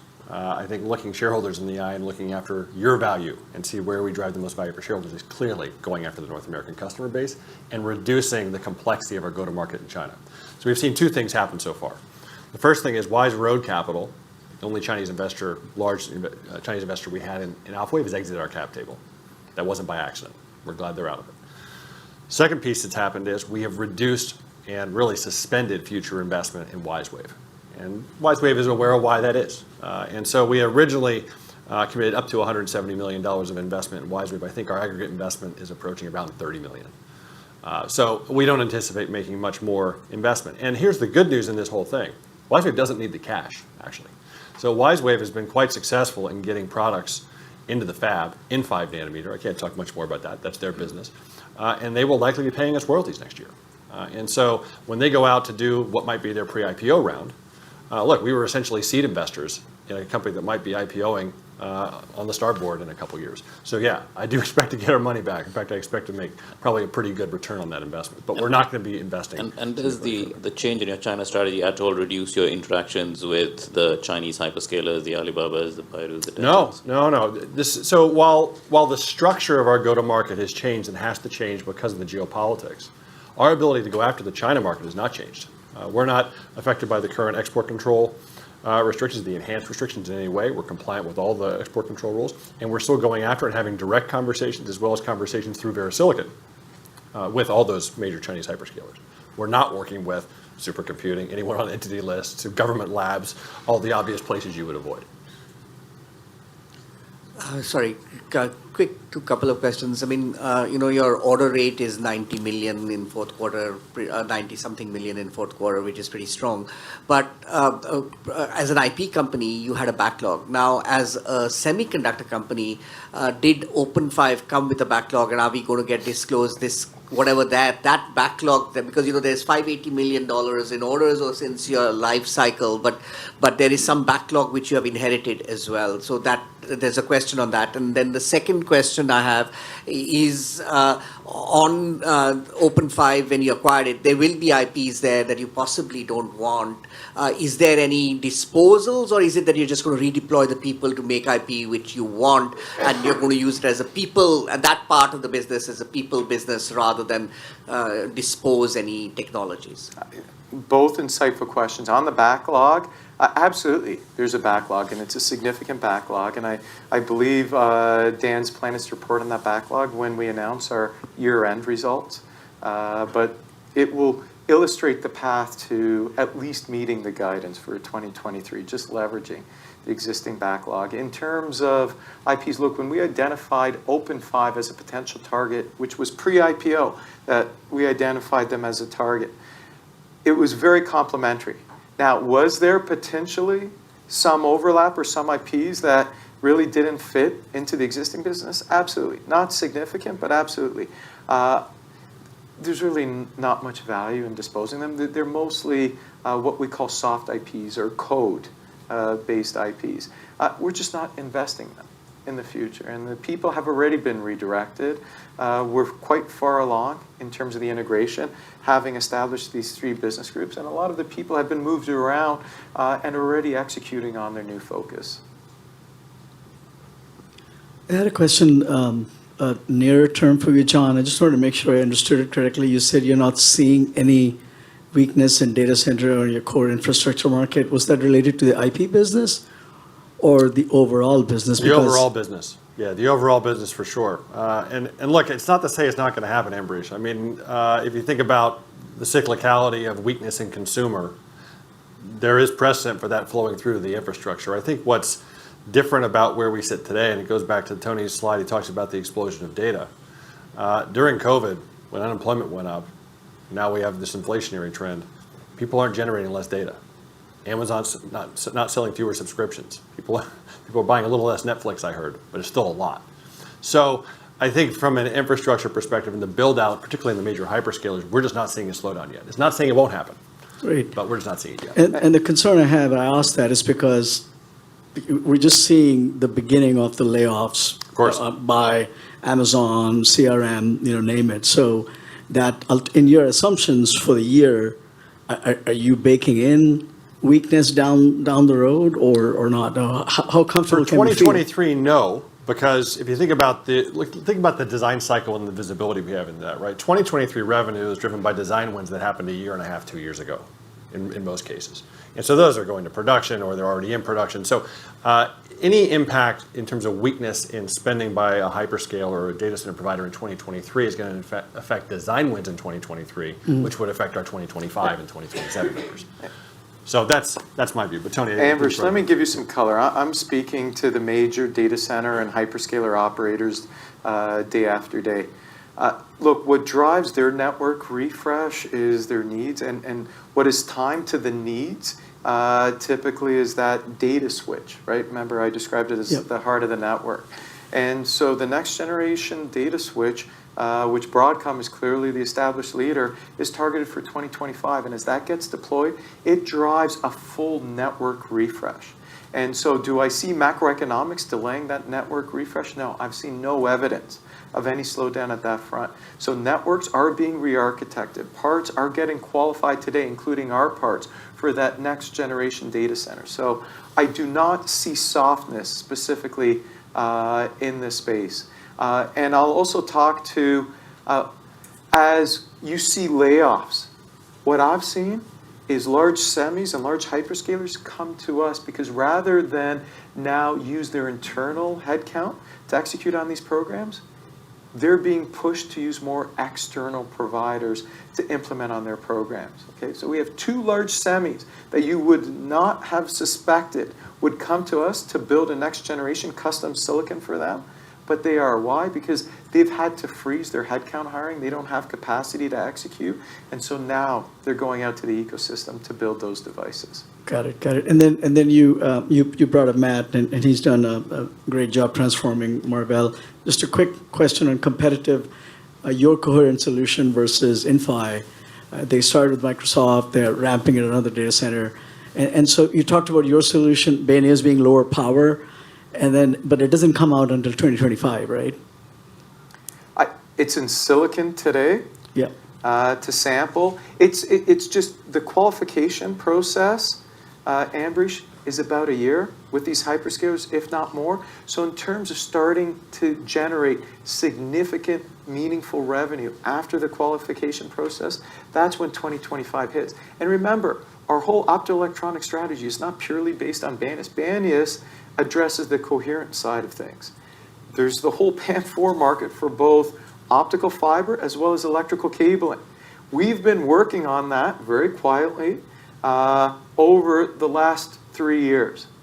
And so when we talked about with that large hyperscaler announcement, it was a portfolio of optoelectronics. Banias obviously is a critical piece, but as is the PAM4.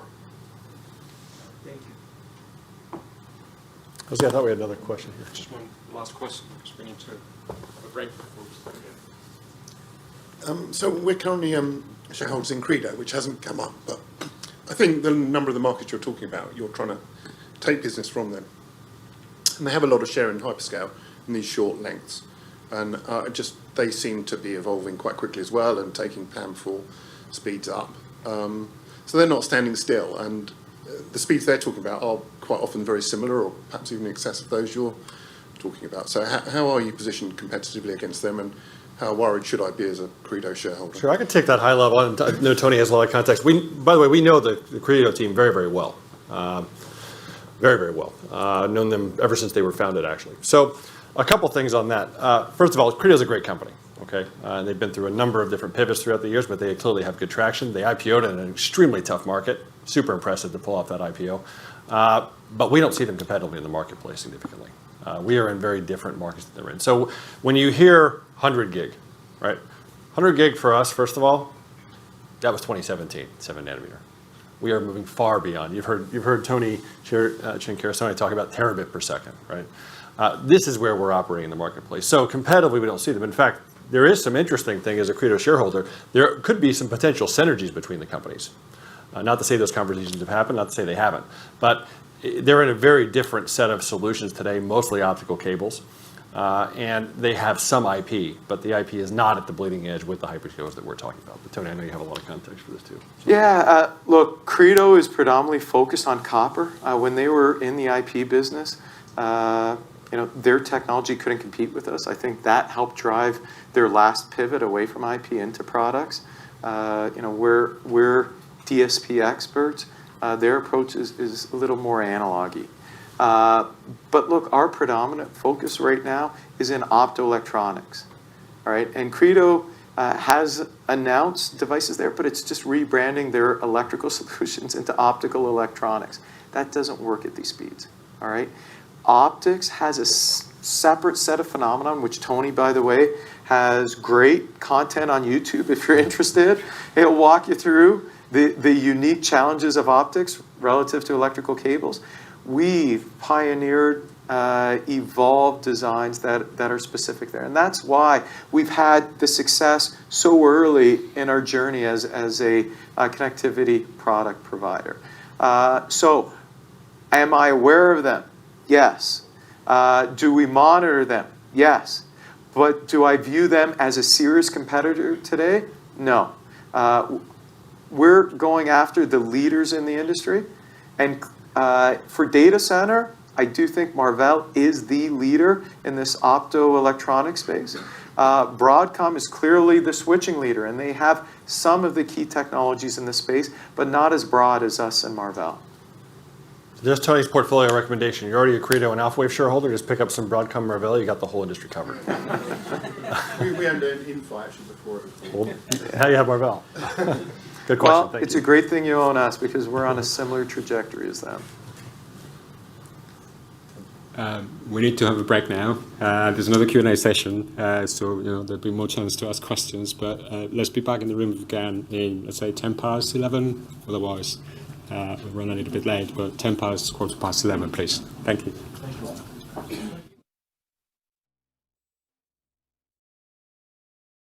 Let's continue then. Perfect. Welcome back. We have the second part of the day. Formal presentations now, focused on different parts of the business, plus the financials we've done. I'll hand over to John. Hi, mic check. Can everyone hear me?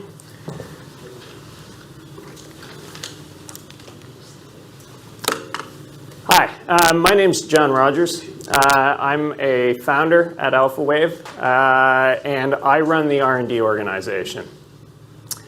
I have been building connectivity IP and products for 25 years at the cutting edge of the industry. I've worked on 10 and 40 gigabit per second transceivers as far back as 1997. I am, as a manager, very, very technical. I did the architecture of our existing transceiver product as we were building the company up. But I've had I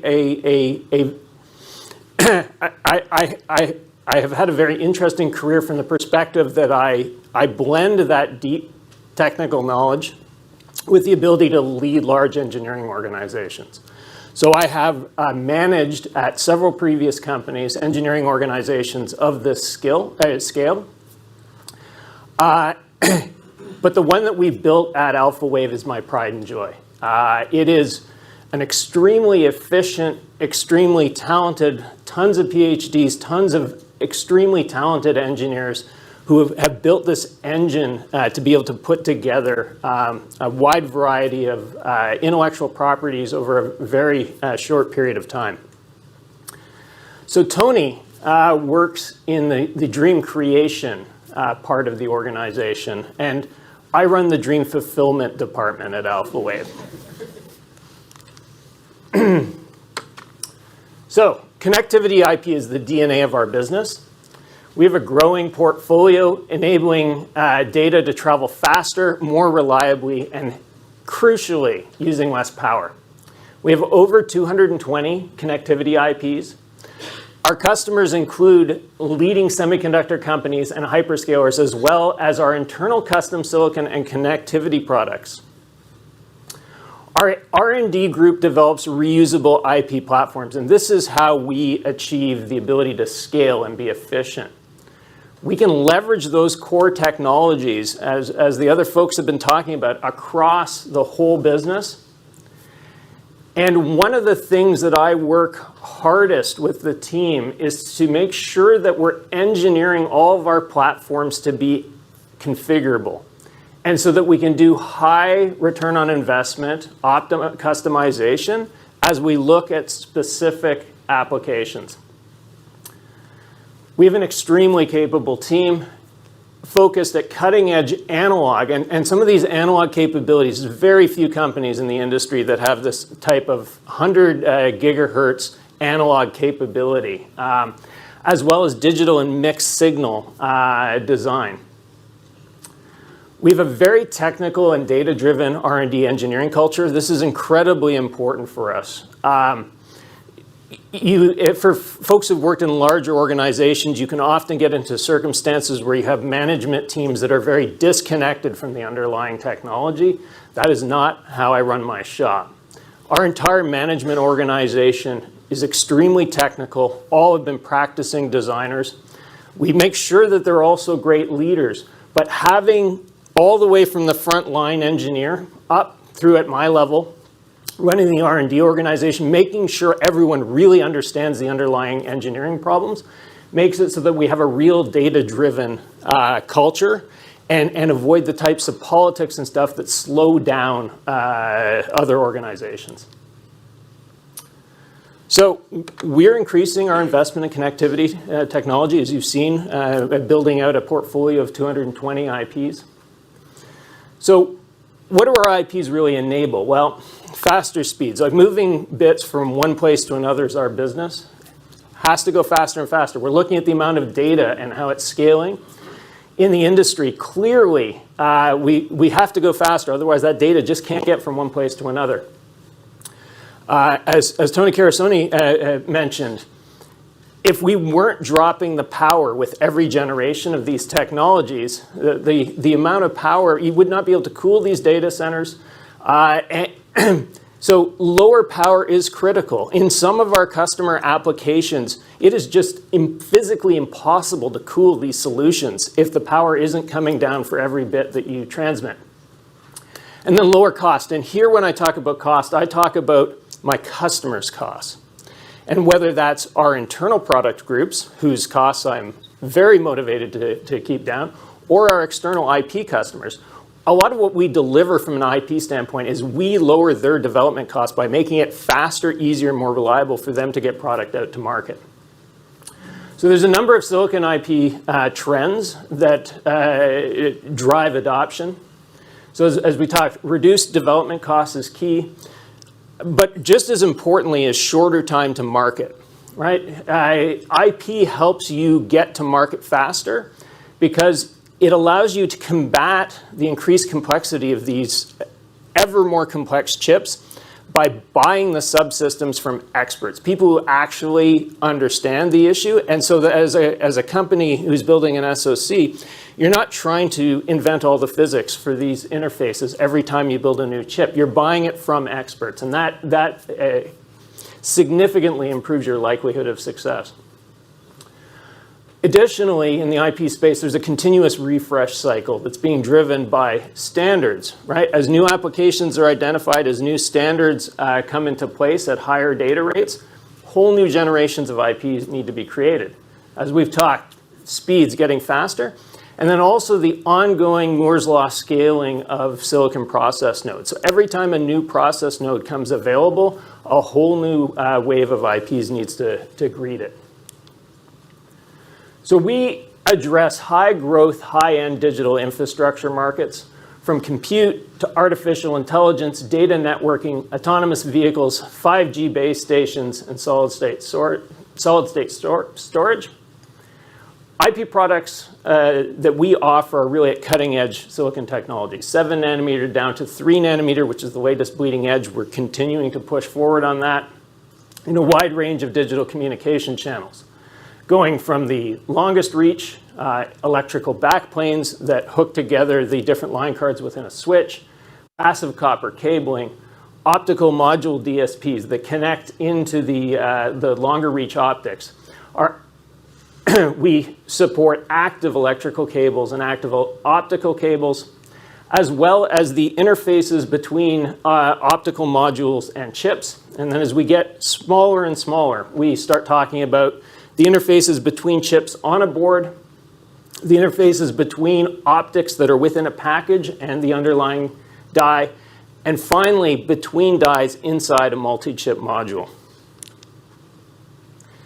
The connectivity IP group is building stuff within the server and storage space with PCI Express, for networking in Ethernet, routers, DPUs, and NICs, for memory in DDR, DRAMs, and HBM, as well as the die-to-die IPs that are required to support chiplets. And each of these has its own unique engineering challenges, whether it's the die-to-die where the power per bit in order to make a die-to-die link competitive has to be vanishingly small. These are very short reaches, but you have to, the amount of power that can be dissipated for each of those bits is very tiny, to equalizing very lossy long channels and other applications. So we're continuing to grow our IP portfolio inside the data center. And so this is a diagram showing sort of where some of our offerings actually fit into the data center. And so on the left, we have our connectivity IP that are in the front panels of server racks and are centered around Ethernet type applications. As you probe deeper into the data center and start looking into the multi-chip modules that exist within the servers, you see our die-to-die IP offerings. And then as we look over into storage and memory units within the data center, we have our PCI Express, CXL, as well as our DDR and HBM offerings. Also, as I talk about continuing to scale the R&D organization, between R&D organization internal tapeouts and our IP external customer and internal customer tapeouts, we have gone from supporting 10 tapeouts in 2021 to 25 tapeouts in 2022. So the amount of activity within the organization continues to scale significantly. I talked a little bit earlier about the unified and the configurable platforms that we build. So the key thing that we do here is we build a common chassis. So that'll have things like our DSP within them, our analog front end, and the interface that actually interfaces into the rest of the product. But we build that in such a way that our customers can pick and choose from a menu of pre-engineered customizations to tailor the specific IP, whether it's for our internal products, whether it's for our custom silicon, whether it's for a data center customer, can tailor that IP to their specific needs. And so we will offer the ability to scale where in the data range of 2.5 gig up to 28 gigabits per second people want to sort of stop at, right? And we can trade power against that.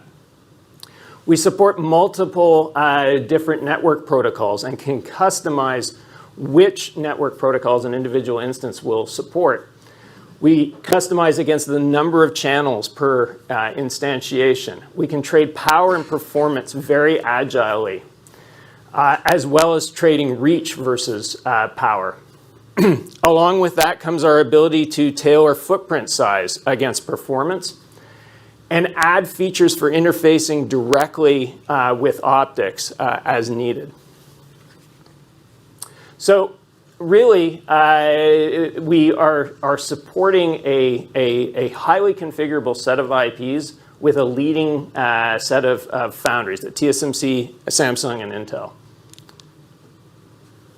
So a quick case study on one of our IPs platforms, which is our DSP transceiver PHY. So a transceiver is a bidirectional digital data communication system. So in the case of our 100 gig generation, you're moving 100 billion bits per second on a wire in both and if you think about that, so 1/100th billionth of a second is 10 picoseconds. It's almost an incomprehensibly short period of time that each of these ones and zeros is being signaled across this wire. These IPs are located at the edge of of all key silicon communication chips. And they get the data on and off of the chips where the processing actually occurs. Because it's fine and dandy to have these fancy AI chips and stuff that do data processing, but they're ultimately useless if you can't get the data on and off them very quickly. They can't work efficiently. So our transceiver PHY includes subsections that are engineered by specialist teams. So we have high-end analog designers who are doing 100 gigahertz plus analog to digital converter design, digital to analog converter design, and a lot of clocking. Because if you care about time instances that are as short as 10 picoseconds, you care a lot about the quality of your time clock within the system. And so we have world-class capabilities in that highly differentiated analog design space. Additionally, we layer on top of that very strong capabilities in DSP and mixed signal to pull that whole system together and have those teams operating closely together. That's one of the other things that I work very hard with our engineering team, is to make sure that we're breaking down the boundaries between those different disciplines. We have a lot of experience in getting digital designers to work well with analog designers.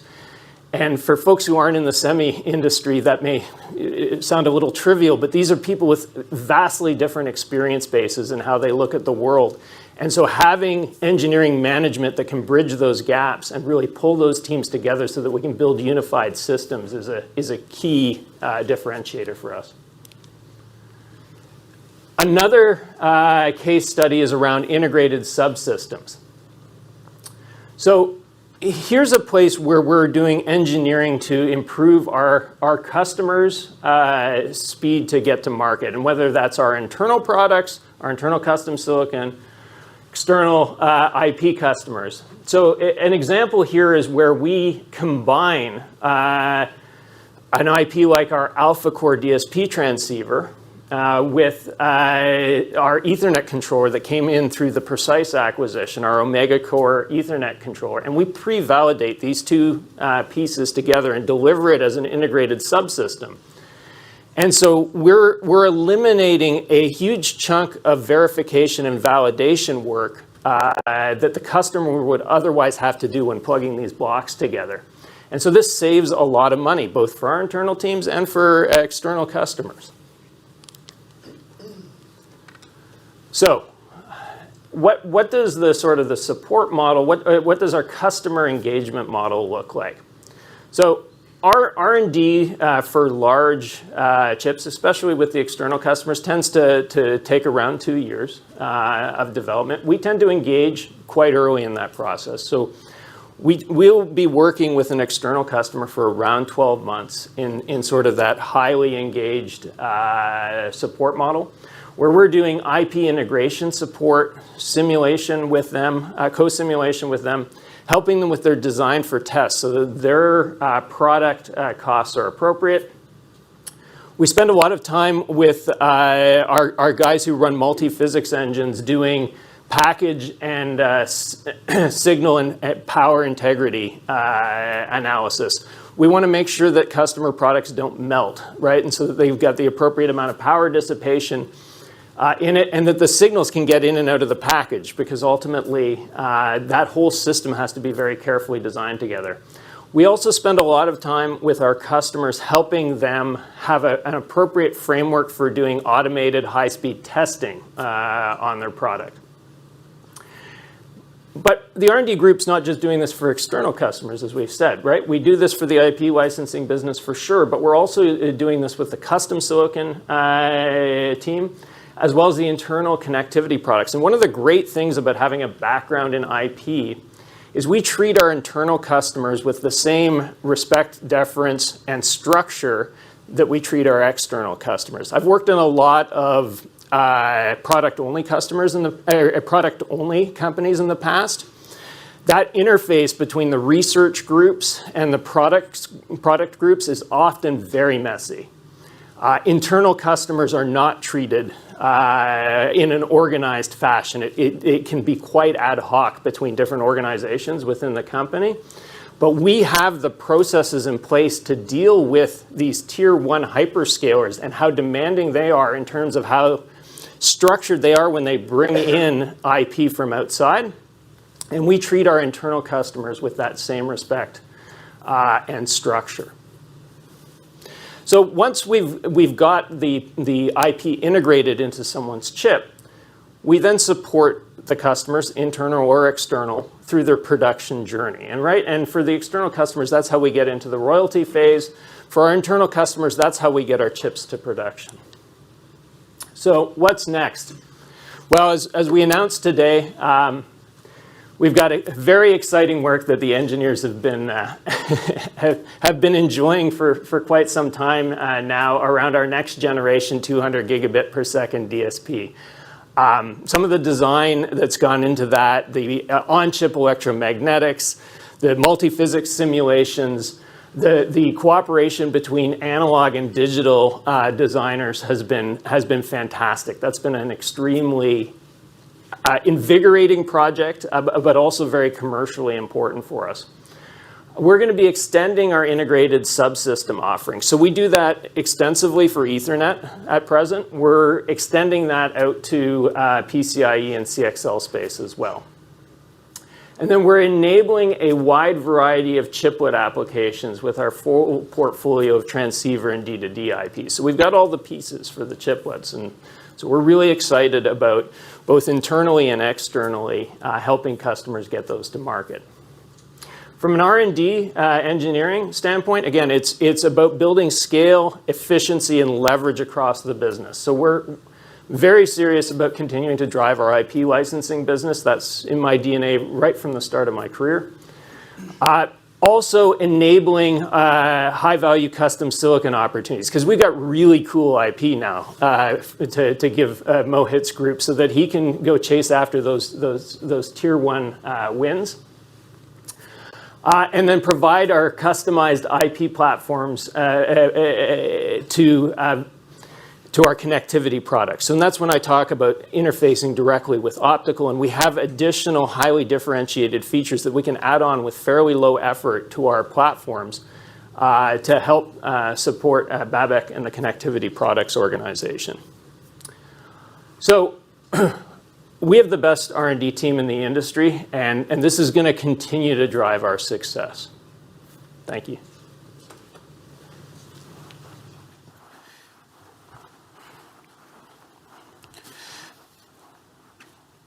All right. Hello, everyone. My name is Mohit Gupta. I run the custom silicon business unit here at alphawave Semi. By the way, I'm quite pleased the level and the depth of questions which were asked around custom silicon. So I'll take my best ability to try to demystify some of the questions which were asked around custom silicon. All I can say is we are in one of the most exciting part of our journey over here as we are transforming the company and moving into the semiconductor and being a vertically semiconductor company. Before we dwell into my slides, a little bit about myself. I used to be part of the Open5, so I joined alphawave through the acquisition in September of 2022. I was running the Open5 business there, which was part of Sci-Fi. Prior to that, I've spent about 20 years building in the engineering side, commercial side, business side, IP and custom SoC businesses. I've lived through the whole IP journey in early 2000 when ARM was the poster child, and now the world is quite different from that perspective.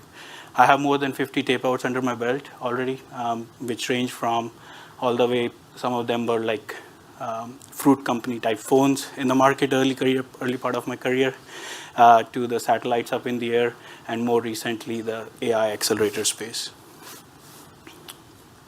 So let's talk about the custom silicon group.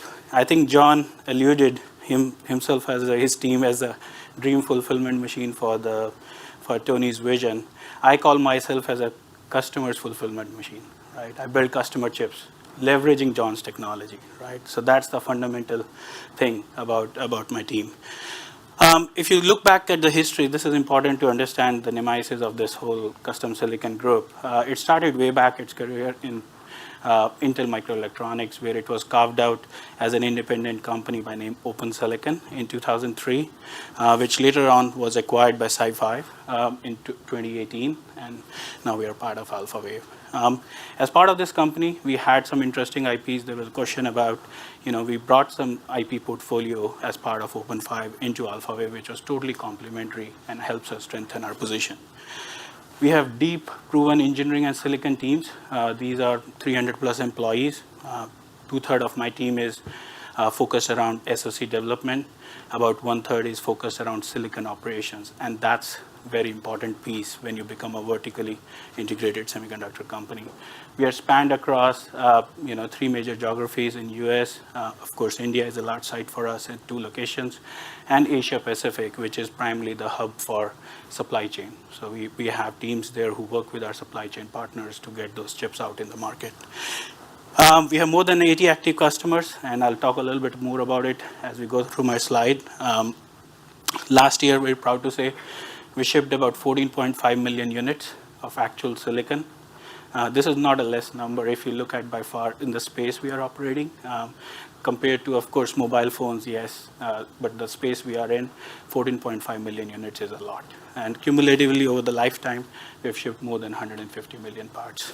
And also one of the things in silicon world is being looked at is, they call it as DPPM, which is defects per parts of your million shipped. So I'm very proud that we are sub 25. I mean, most companies in semiconductor world today operate around 100. So we definitely have something going on over here. So in terms of the custom SoCs and the key market segments, of course, prior to the AlphaWave acquisitions, we had a lot more general view. But as we have come into AlphaWave, we are narrowing down our focus to the key market segments, which are very much aligned where our strong technology and IP portfolio resides. This creates ultimately the differentiation and to be out there and some of the big names which were laid out in terms of competing. And primarily, these are data center compute, networking, telecom, storage.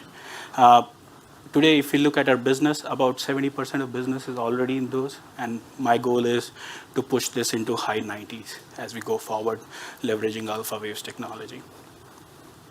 In terms of numbers, I think this chart is a sub-chart of what Tony had in his slide in terms of the TAM for the market or the market we are in. We are today around $7.5 billion market, custom SoC market, as we call it, and it's growing all the way very nicely to $12 billion in 2026. Now, if we double click on this number a little bit, I want to give you a perspective why people are building custom SoCs and where are they being built, right? So the custom SoCs, let's take some examples. You have seen Google is building chip, Facebook is building chip, Tesla has their own chip. Why so? These guys have specific use cases for which they need, whether it's a power optimized solution, performance optimized, cost benefit, for various use cases. General purpose ASSPs don't cut for them. And that's the reason they go build these custom chips. They're not a semiconductor company by virtue of nature. Google is still a search company, even though more recently they might be challenged by ChatGPT, we'll see. But they're deeply tied into their software infrastructure, right, in terms of these chips being built. So as we come along, they see us as a great partner, to build these chips for them, whether it's in form of leveraging our IP, whether it's form of building custom SoCs, or even, in future using our products. Now, when you look at these SoCs, one of the key components, and this is again harping on the fact of our differentiation, is IP integration, right? If you take any modern day SoCs, gone are the days where companies used to own fabs, they were used to own their methodology, they used to own their EDA tools. I mean, that era was 70s and 80s. We moved to fast forward now, where companies just own their what I call as a specialized secret sauce. And they want somebody else to build a chip, license these customizable blocks, put it in those chips, and get it out there, right? And just from a real estate perspective, if you take some of the examples over here, like a networking chip shown on the left, I mean, the content of the IP subsystem we supply in that chip could be as much as about 50% of the chip just has our IP on it. It's dominated by that. and of course there are lower use cases like you go in the enterprise storage class, which could be about 20-30%, right? So that's one of the things which helps us inherently, being an IP company where we are licensing these blocks, but ability to use those for our own custom SoCs, we have a big advantage. Now, this is the technical advantage. Now, when you go to a business guy, what does it mean? It's a time to market and cost, right? So if you look at the cost aspect, like any modern SoC somebody is building, roughly 30% of the cost is around validating the IP, qualifying the IP, and verifying the IP. So this is a direct cost we can attack based on what we have built inside alphawave with the DNA of this company, right? So this gives us an immense advantage over the likes of Marvells and Broadcoms. They're not in IP licensing business. We already are seeing fruits of this with some major design wins where we were head-on with these companies by providing these IP subsystems. I mean, these large storage companies are working with us to build their custom SoCs, leveraging our IP subsystems. Now let's talk about chiplets. I think there were a lot of topics, questions around chiplets. So I'm a big fan of chiplets, first of all. I started writing about chiplets. You can search my name. My first article on chiplets was in 2016. And probably it was a little ahead of the time. At that time, nobody believed chiplet is a real thing. But it's coming to fruition now. I mean, so, people are, chiplets is seen as a Lego block. But what are the challenges with the current designs? Why chiplets? Now, every application may not go into a chiplet design because it may not justify the cost and other complex aspects around it. But for some large high-performance designs, it absolutely makes sense, right? The challenges are you're limited in terms of the size. You're probably yielding very low as you go to the more complex nodes. Your time to market is much higher to fabricating those technologies. And you're limited by the number of IOs. Frankly, IOs have not scaled post 7 nanometer at all. Analog is not scaling. All you gain is logic and SRAM scaling as you go deep down on the process nodes. So how we are building chiplets in the market today is, I think there are two prime ways people are doing it. One is take a large die, split it into equivalent 2 or 4 dies, and connect them with a very high bandwidth, low power, low latency interconnect. And that's what our die-to-die IP portfolio comes in. Or other way is, if you have a lot of IOs, you split the chip into various core logic and the IO, where IO could be in different process nodes. So that's primarily the two ways people are disaggregating the chiplets. Now, what are we doing over here, right? I think I totally agree with the fact. I think there was a question, is there a mass market today to go say, is chiplet a known good die? We can just give it to someone, we'll throw it on the package and it will work. No, it's not there today. 3 to 5 years, yes. Packaging technologies are emerging, standards are getting mature, so we will get there. But today it's not the case. That's why what we are doing is we are pre-building 3 chiplets which are targeted to our market segments. These are IO chiplets, memory chiplets, and accelerator chiplets. They help us in various functions, where like for IO chiplet, it's primarily targeted towards networking applications. You talk about memory expansion chiplets. The GPU, the AI guys love it for the expanding the memory bandwidth. Accelerator chiplet, or as I call it, is a co-processor chiplet. This is a great chiplet if you want to add a smart functionality on an existing device. We are leveraging ARM or RISC-V based architectures. We already have 6 chiplet engagements under play. So there was a question around it. We are, I think, on the forefront of this technology, left, right, and center, I can call it. And this technology has a lot of legs to move the Moore's law, what I call it a more than Moore. In terms of my team and the business unit, I think as we were a generalist company prior to the acquisition, now I think relying on technology, what John's team is building, I think it gives us a good, readily available application optimized IP subsystem. This is a big differentiator we have added to be able to compete with some of the major companies out there. The second is our own design teams, but a big investment into the 2.5D, 3D packaging, which is again tied back to the chiplet space. Design flow and methodology, I think this is table stakes in our business nowadays, working with the leading EDA providers and foundry providers to build those flows. And lastly, the silicon operations, right, to be able to ship those. And when I mean silicon operations, these are teams which are not just engineers. There are planners involved, logistics guys, quality engineers, product engineers, test engineers. So we have building those teams. Now, coming to the customer side of it, how do we engage with customers, right? So we have a very flexible model on this front. Today, we see ourselves as working with customers in a way where we can see them, they can see us as a partner rather than a vendor, right? We come and leverage what they have as in-house capability and build on top of it to provide them the silicon. So there are customers, they have their own internal design team. They will say, take my design database and manufacture it and give me the part because I don't have operations team, right? We'll do it. Or there are the best class in customers where we add the most value add. They just give us a data sheet or a spec. Hey, I'm a system company. I built the box. I don't know how to build this chip.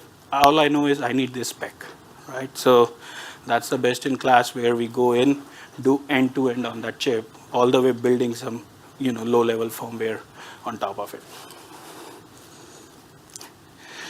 Now, in terms of the engagement phases in custom silicon business, we break it down into two main buckets.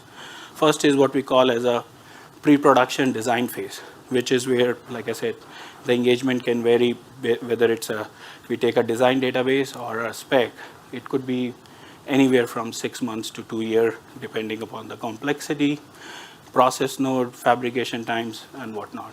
Here, the goal is to get the silicon in a qualified tested space, right? And we collect NREs on it, which could be anywhere from 15, 20 million to all the way up to 50 million in advanced process nodes. Second phase is what I call as a post-production phase. This is where our operations engine kicks in. You take the PO, the device is in production, you put the orders in, get the silicon out, right, and ship it to the customers. So it's entirely a function of POs and quantities, and based on a unit price, we work with the customers. This is the long-term revenue we get, long tail of revenue, which Tony talked about. This is where our growth is. Now, if you look at today, 2022, the case in point, what we have done, we had 10 major design wins. And out of those, about 40% of those was already leveraging alphawave portfolio. Some were, in fact, pre-acquisition itself. We were on this, leveraging alphawave IPs. We did about 20 tape outs. Now, that doesn't mean we won 10 and taped out 20. These 20 tape outs are what we have won in 2020, 2021. They take time, and we taped out in 2022. And of course, we shipped about 14.5 million units in 2022. To sum it up, I would say we are well positioned to grow over the next several years in this business. I think with the value proposition which comes in with the IP portfolio, I think when customers see us and this new integrated team, I think our value proposition has gone way higher. So going forward, our focus continues to be on high growth market segments, high value opportunities, leverage our IP to create differentiation, and drive larger and longer revenue streams. Thank you. Thank you, Chick. I know it's been a long morning. I can still say good morning because it's before noon. My name is Babak. I'm going to be heading up the merchant silicon business in alphawave semi, very focused on connectivity needs in a data center. Some of you guys know me, but not all. I've been, like rest of the executive team, in the semi business in the 2 decades plus. I trimmed my beard so you don't see all the gray hair. But I've been heavily on the build it, a multi-$100 million silicon business and do it profitably. You're asking about margins. And my career has been through, so you guys have been around PMC Sierra to Microsemi, and recently I was at Microchip, the corporate vice president of the communications business unit, where We drove products into high-speed optical networking, and then pivoted the business to emerging data center interconnect, which the combination of those two revenue sources created a very lucrative financial model. So I know how to build a business. I know how to do it profitably and not spend like a banshee. So this is what we're going to do here in alphawave. Before I get into some of the details, I want to pivot back to John's presentation. John made a number of assertions about if you trust him and the organization that is built, what is the value to you? And I have a very unique perspective, and I can comment on what he said. Because not at the, I was an alphawave customer. And what Tony and John promised me if I work with them, and in our products we also worked on leading edge technologies, right? They said, John had it on his bullets, right? Trust us, we'll get you through. It's not going to be easy. We're going to grind it through, but we'll get it done. Second was, we promise you it's going to cost you cheaper at the end of the day when we get it done. Third is we'll get you the time to market that you need. And I can say he delivered on all of those.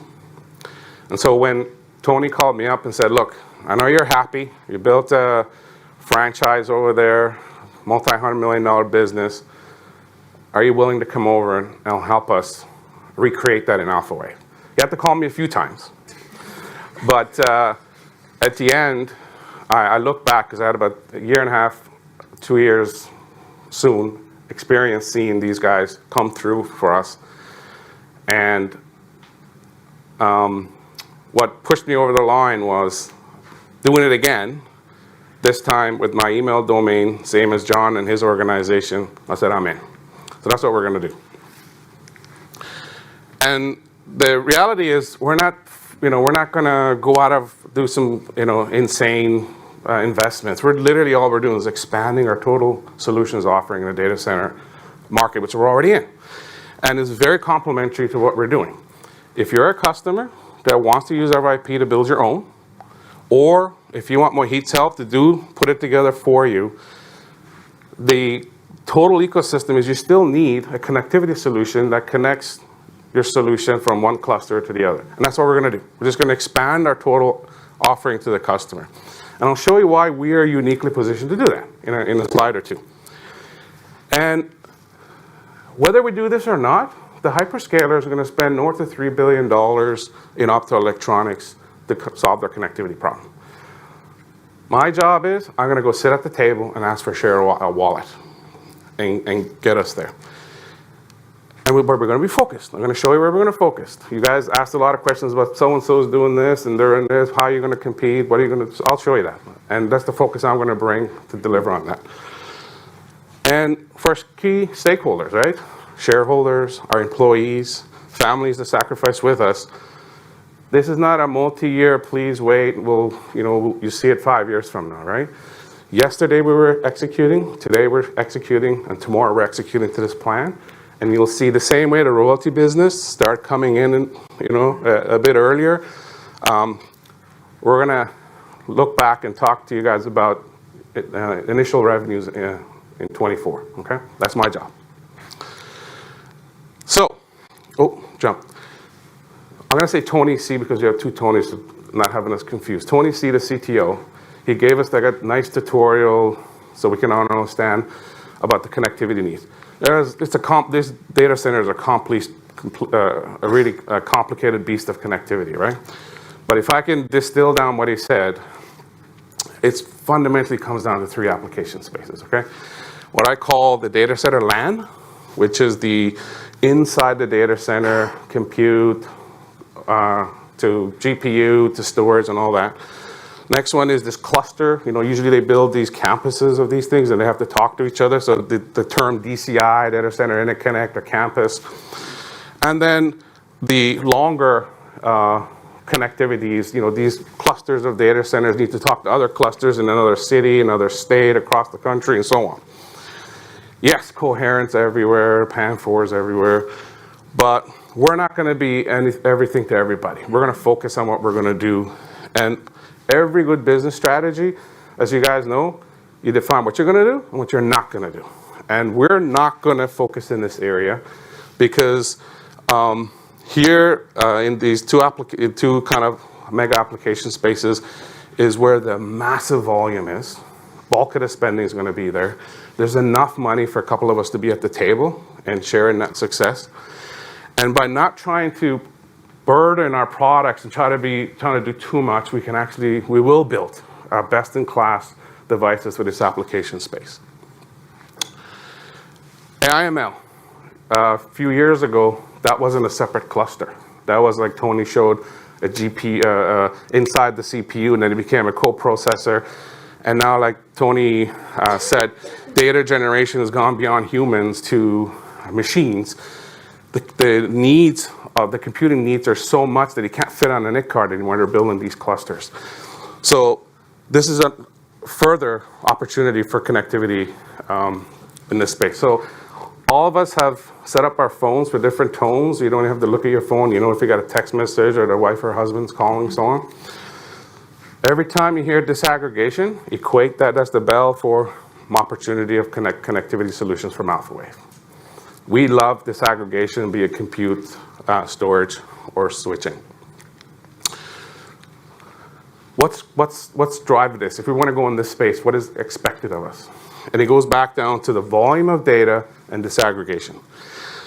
So what are we signing up for? Within the data center LAN, the connection rates have to go from 100 gig to 1.6 terabit. That's not all going to get done with the same technology. The discussion we had about PAM4 coherent. This is not going to happen overnight. There's multiple inflections, 100, 200, 400, 800. But we got to get to 1.6 terabit to deliver that capacity. That's a 15x scaling within our lifetime. Very single digit number of years, we got to pull this off.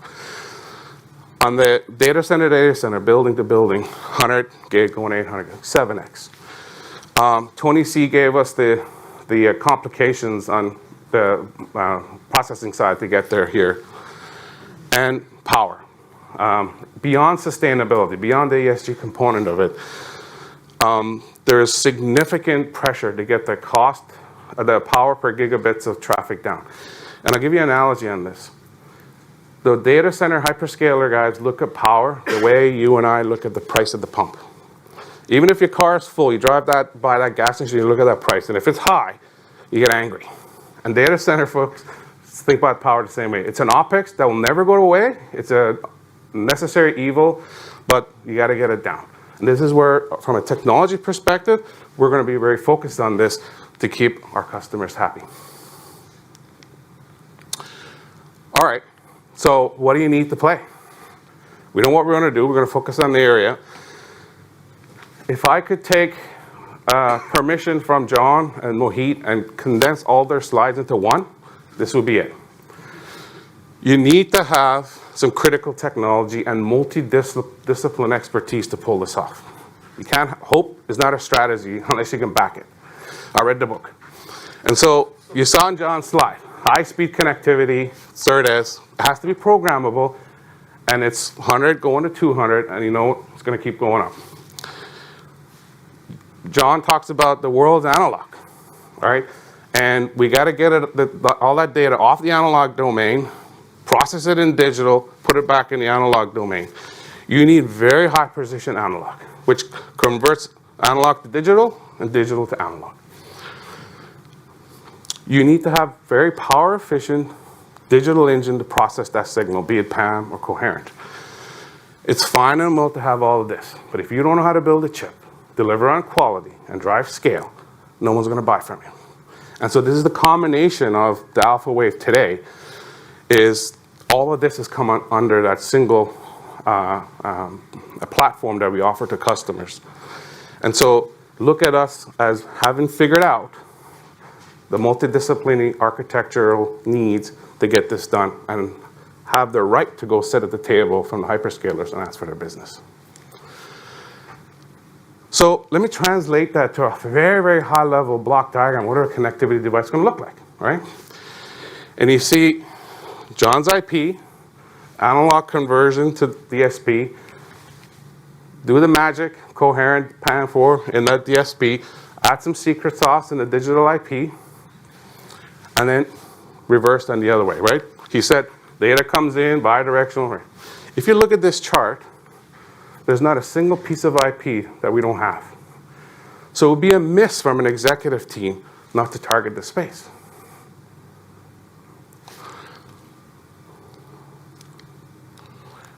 And the carrot is this $3.6 billion opportunity ahead of us. Sizable enough so we, with our friends at Marvell and others, can share. And the hyperscalers are going, remember that chart I showed you where the volume was? They're going to put so much of this technology in their data centers, they don't want one guy. They want multiple of them. They want to share the pie. And this is where Tony was saying, they're pulling us in. Now, you know, and that drove why the team did the acquisitions they needed to do. And why he called me up and said, listen, can you come over and help? It's time to take it to the next level. And so we will sell our connectivity SoCs in copper and eventually all optical. It's completely complementary to what we do. And our products, not one, products will start sampling in 2024. We'll start seeing some revenue. So all we're doing is building on the foundation that we have. Big data and disaggregation, ding, ding, ding, ding, opportunity for alphawave to connect, will continue to demand this complex innovation. It's not going to go away. And we're going to be there. We're going to be at the table now. Industry is very clear now, right? We're not jumping in and making a bet. PAM4 and coherent are the way they're going to solve this problem. And it's in very early innings. And as I mentioned, we got to go from 100 gig to 1.6 terabit. There's multiple investment cycles coming. It's a decadal investment by hyperscalers. We're coming in at the right time where the technology uncertainty is clear, and this is what's going to drive the revenue. So for me, I got the task to deliver this to you guys and our employees. The way I look at it is, I have a solid foundation from an engineering perspective that John has built. And we have the hyperscaler engagement that gives me the business foundation to seed it.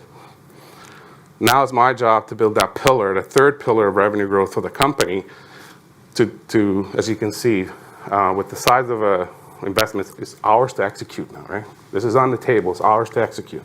And so you can see that we don't have to break our back to build a multi-$100 million merchant semiconductor sales for alphawave in the next couple of years. So look out for us. I didn't come over here to kind of end my career. I want to take it to the next level, and you're going to hear about us in this space. The money man. Thank you very much. Thank you. Thank you.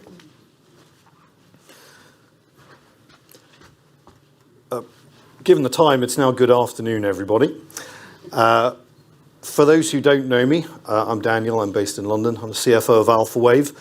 Wednesday this week marked my second anniversary at the company. I joined 4 months before the IPO. It's been a rather busy and eventful 2 years. And I was actually an advisor to the company beforehand. I was heading up the tech sector at Barclays, where alphawave was a client.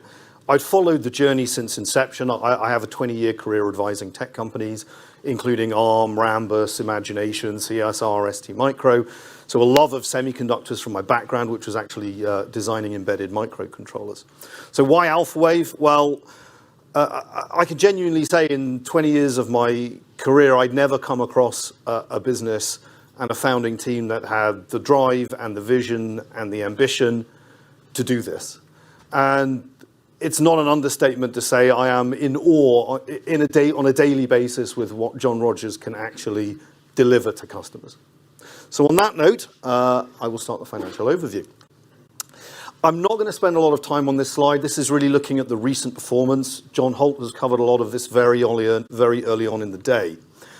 Needless to say, the IP business, the foundation of alphawave, has continued to perform very strongly, whether you measure it in terms of revenue or bookings or backlog or design wins or customers or EBITDA. As we will announce in April with our full year results, you'll see this strong performance continue. What I'm much more focused on is the profile of the business going forward. And when we look in the medium term, this is our financial roadmap. So as the team has very eloquently summarized, we can now monetize our IP across different units of commerce. We can monetize it as standalone IP. We can monetize it in custom silicon. We can monetize it in our own standard products. And this expands our TAM by a multiple of tenfold in the near term. And this is already happening. We'll come on to talk about how we've already gone on to realize some of these synergies much earlier than we'd expected.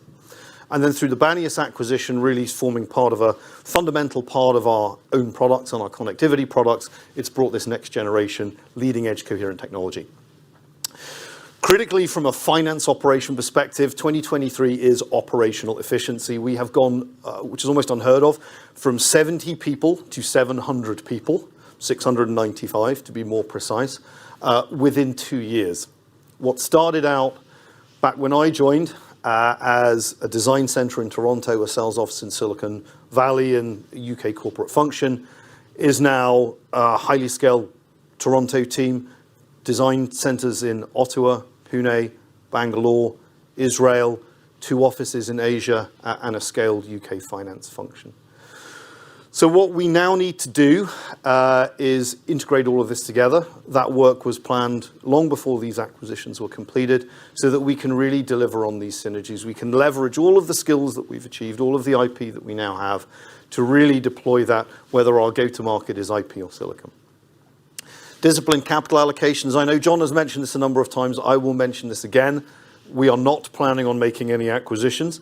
We have largely deployed the IPO proceeds. What this now becomes is execution, execution, execution.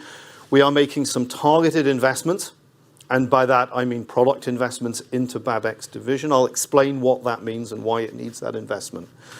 As you also know, we took on debt primarily because of where exchange rates were at the time. We have optionality to pay down that debt. So depending on how exchange rates move, how interest rates move, we can pay down substantially all of our debt should we choose to and redraw a substantial portion of our revolver. So now we're managing the balance sheet to minimize our cost and minimize our risk. What this slide does is bring together what the teams have said about how we make money and how we generate revenue. Critically, we generate revenue throughout the entire life cycle of a semiconductor. So within this development phase, which 2 to 3 years, depending on the complexity of the chip, we have opportunities to generate revenue.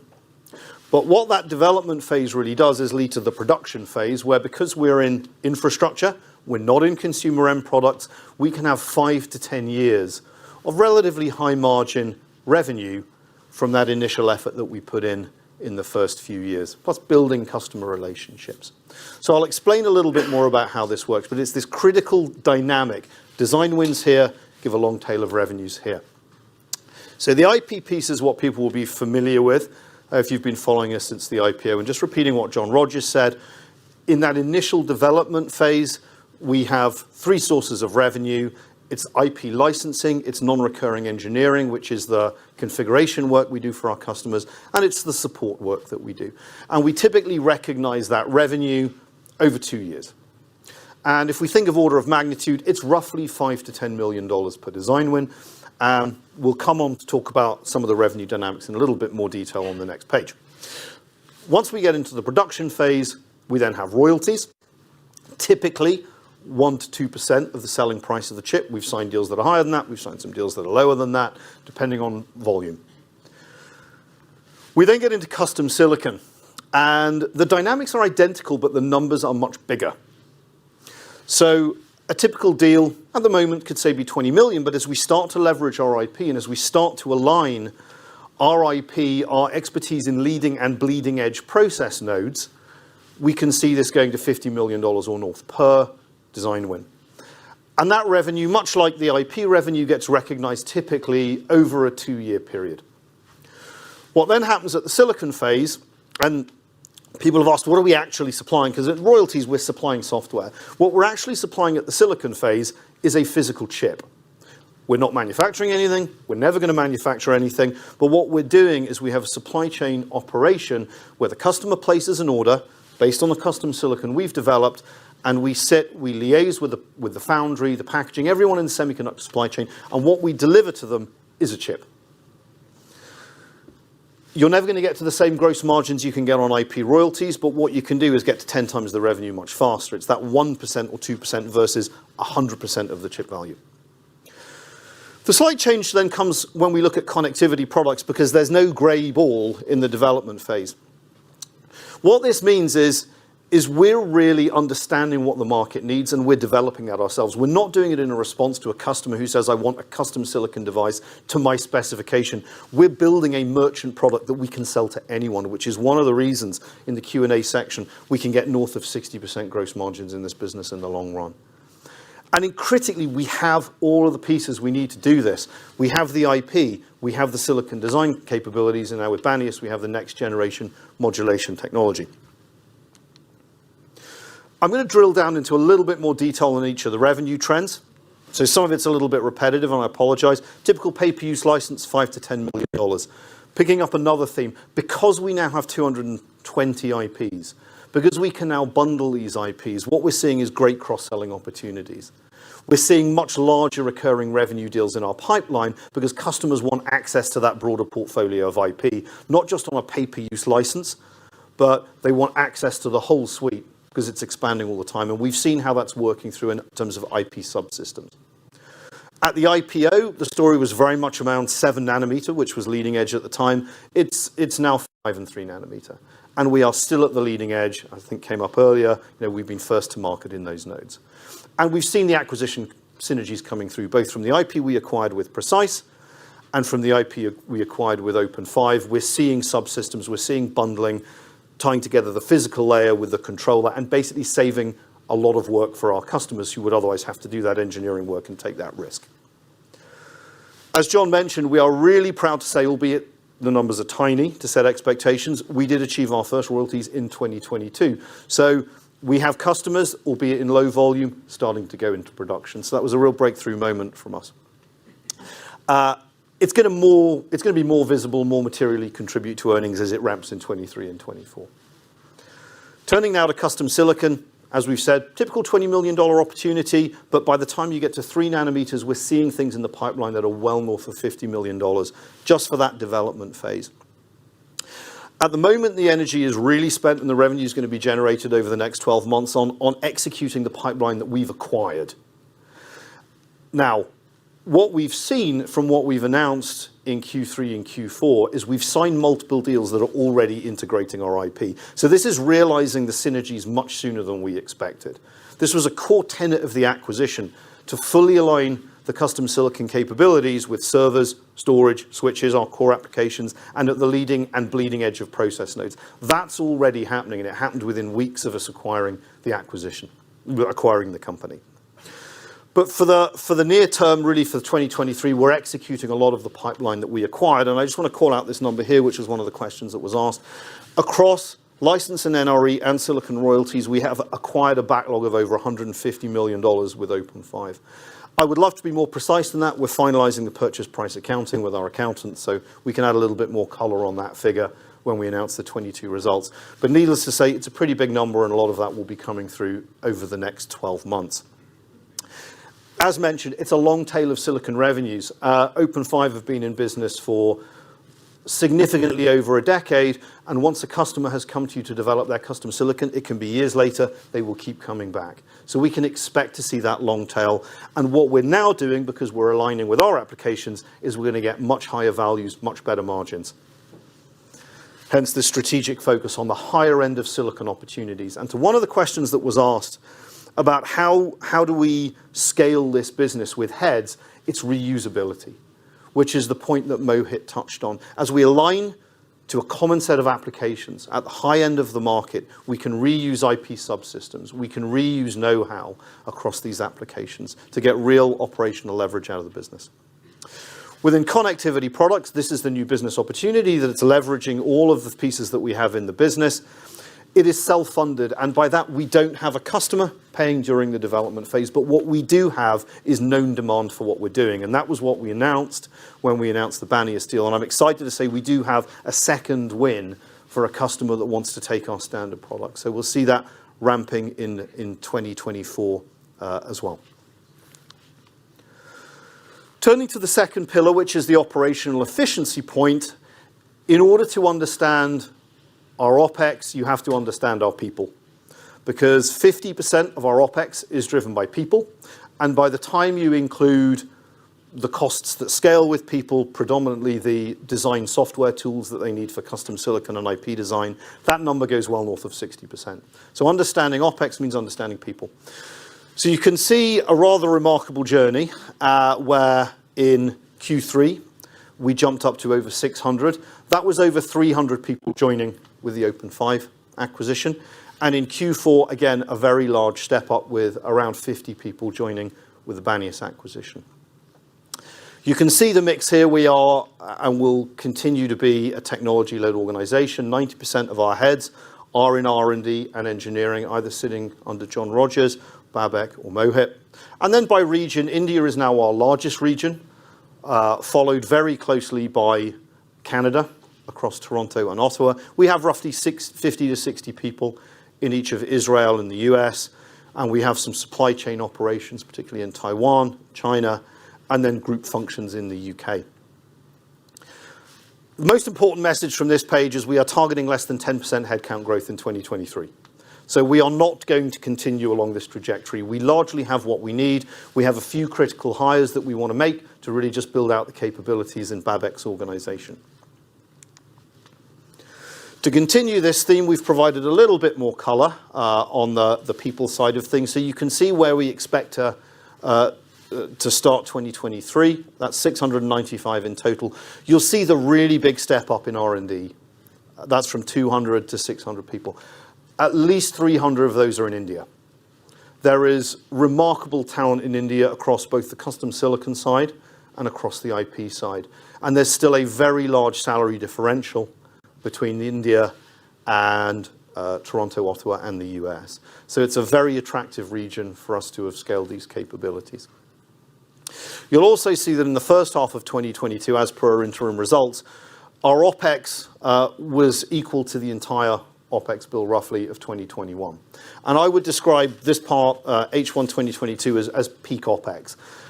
It's not going to be 61% going forward because the revenues from a lot of these hires we hired in R&D because we see the demand and it's committed demand, but the revenues don't throw through till 2023. So this number is going to be substantially less, and what we're targeting is medium-term OpEx as a percentage of revenue of about 30%.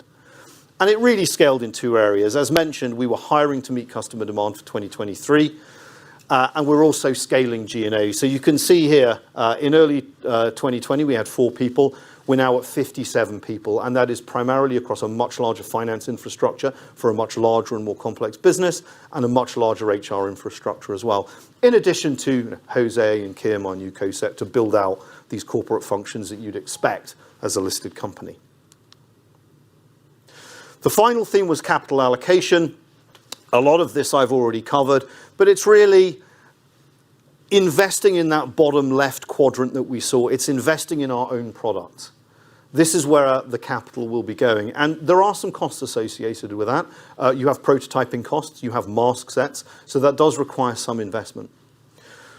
We also have the debt repayment. I said we have the optionality to pay down debt with a substantial amount of the cash we have on hand. So that's something that we now have additional financial discipline as we're monitoring our covenants and monitoring our treasury policy. And it's largely just driven by macroeconomic headwinds. But should we choose to, we can pay down substantially all of our debt.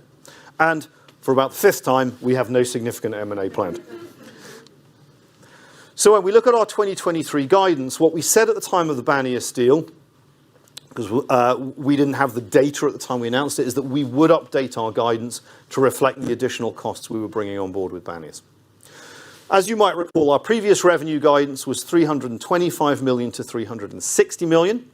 We are increasing the lower end of that guidance, and that's really based on seeing the early synergies come through in our custom silicon business. As I said, we've signed multiple deals. John and Tony provided a lot of color on the bookings where they are actually integrating IP into custom silicon. So that was earlier than expected, so we're seeing a lot of upside there.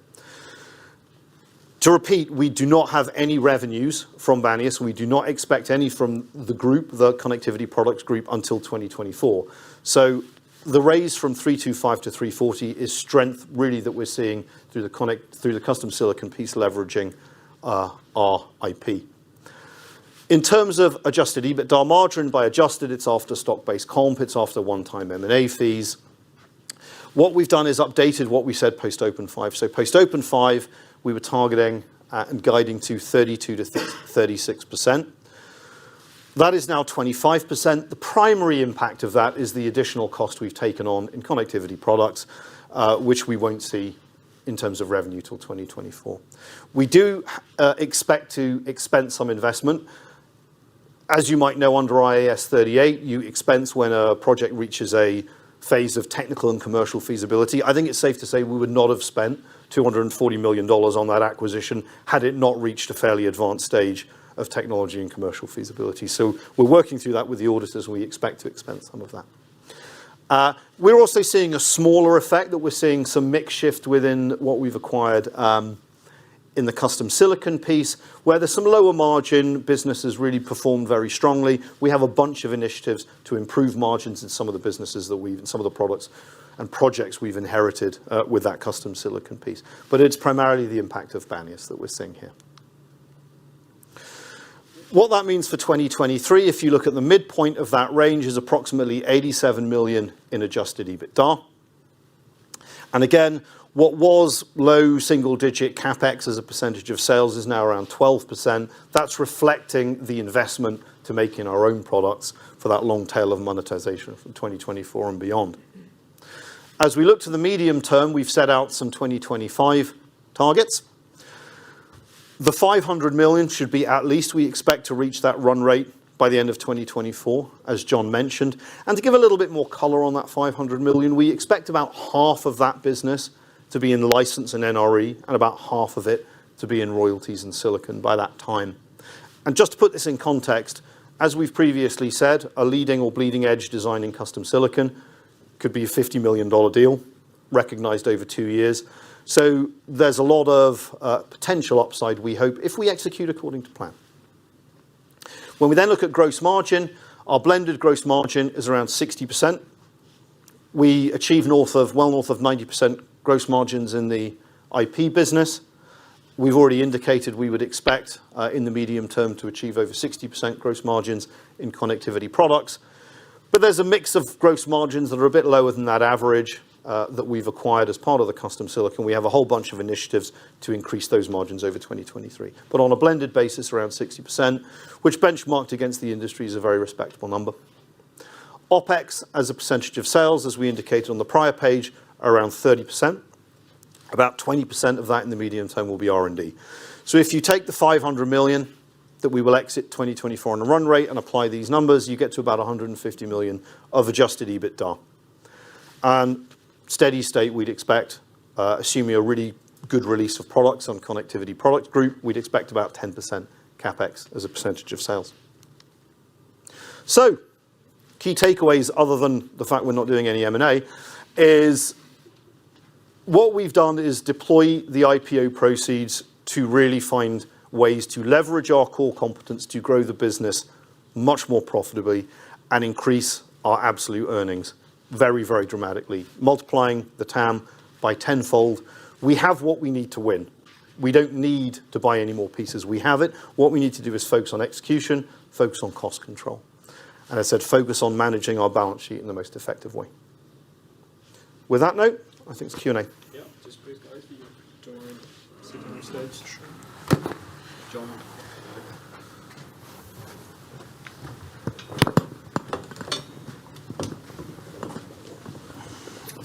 Apparently the LSE thought I wasn't tall enough, so.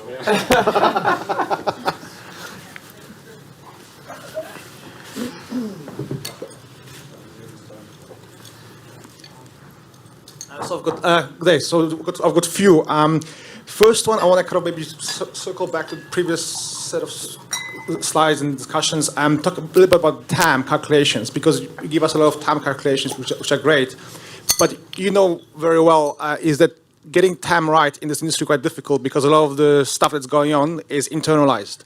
So if you put all the revenue of all the different stuff that's going on, which is actually generates revenue, is very different to the activity within a given sector. And now I saw in the presentation that the custom silicon still has a lot of internally generated products. So the question is, to what extent the TAM calculation that you give us include or does not include actually externalization of whether it's IP or custom silicon going forward?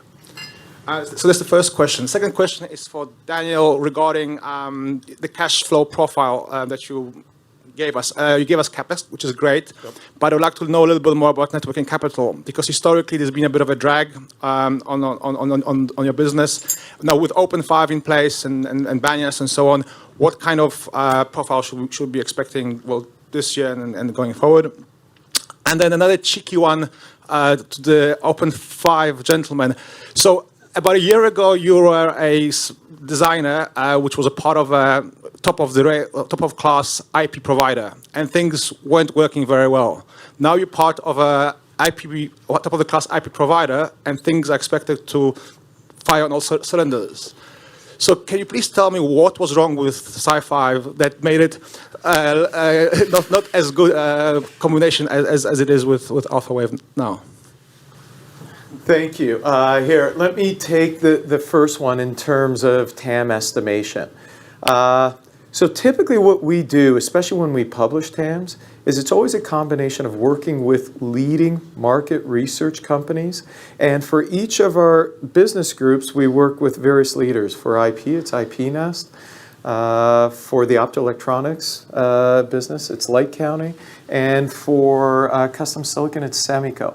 And so to specifically answer your question, we worked very closely with Semico for the last several months to refresh their analysis in terms of custom silicon. Do our numbers remove the internally developed silicon designs? Absolutely. So there's no Apple, there's no Intel, there's no AMD included in here. But in addition to working with market research, we always calibrate with our pipeline. All right, so to me, that's the more accurate basis. And so it's a combination of working with external providers. And look, a lot of times it's give and take. We seed them with some of our pipeline data to help them land at the right spots, very much like how we work with analysts as they build their own models for our businesses. And so, yeah, this is part of being in the industry. So on the second question, I think I'll pass it over to Dan. Yep. So, briefly, yes, we expect to be cash flow positive in 2023. Modeling our working capital is a non-trivial exercise. I think we can describe it. If we look at the license in the NRE piece, what we have with custom silicon is very similar to what we have with the IP piece. We have a relatively small number of relatively high-value customers. So, whether you have an extra 5 or 10 million at the end of the year comes down to getting an invoice paid crossing over 1 month to the next. So pattern recognition, when you have a small number of high value contracts, it's very hard to say. You can't just say it's 30 days or it's 60 days. The dynamic does get a little bit more complicated when we bring in the volume piece, because the way that works, without going into too much detail, because we can take some of it offline, is for a number of customers, we get prepaid for the silicon. And that's fantastic because you get the cash in the bank. For different customers, you don't get prepaid for silicon, which means you can have 4 months of working capital to ride out. I would say it becomes much more of an issue when our connectivity products business ramps. There's ways you can finance that. It's not something we're concerned about. But because of the mix of business within custom silicon that's in high volume, we have a mix of customers that prepay and a mix of customers that pay 30 days after shipment. So it sort of balances itself out. Yeah, and on the Sci5 point, I feel uniquely qualified to at least kick off the answer to this question and kick it over to Mohit, because I was the first person at this company that called Mohit to try to recruit him years ago. We've been looking at Open5 and a number of other potential targets to bring this rich capability that his team brings to do all that operational custom silicon development. And look, I built a chip company from scratch. You guys all know that. It took me 15 years and cost $250 million, okay, to get the profitability. So by being able to bring Mohit's team over, it just, as Tony said, it saved us a decade at least. And I think the thing that, my view of what Open5 is bringing to the table, they're bringing that capability, right? They're not bringing IP. They're bringing some IP from Sci-Fi, but at Sci-Fi they were approaching the custom silicon business in building anything for anybody. And one way we were able to attract them, and I think ended up be the best home for them, because there were other people bidding on that business, is we said, you're not going to be doing, MP3 players. You're not going to be doing, something for the China market in 55 nanometer. You're going to do the highest end stuff in the most advanced technology for the world's biggest and most difficult to deal with customers. And ultimately, I think that's what got Mo at the jump. But Mo, I'd love to hear it in your own words too, man. Sure. By the way, thanks for that question. We are big supporters of RISC-V. Okay, let me make that very clear, right? We want RISC-V ecosystem to flourish as an open ecosystem. The thing is, when you look at the custom silicon business, the markets which are driving the custom silicon and where RISC-V is, that's where the biggest disconnect is. RISC-V initially started microcontrollers, consumers. That's where, because the software threshold was very low. You cannot go to a data center guy and say, hey, I'm going to replace whatever they're using today with a RISC-V. And so for me to be able to build custom silicon using RISC-V, some opportunities were there, but not a whole lot. Connectivity is a proven mantra. Avago did it with why did Avago and Broadcom combination? Look at Inphi, Avera, eSilicon combination. They all had SerDes technologies. Connectivity sits right middle and center of any custom silicon company. So it was a natural fit.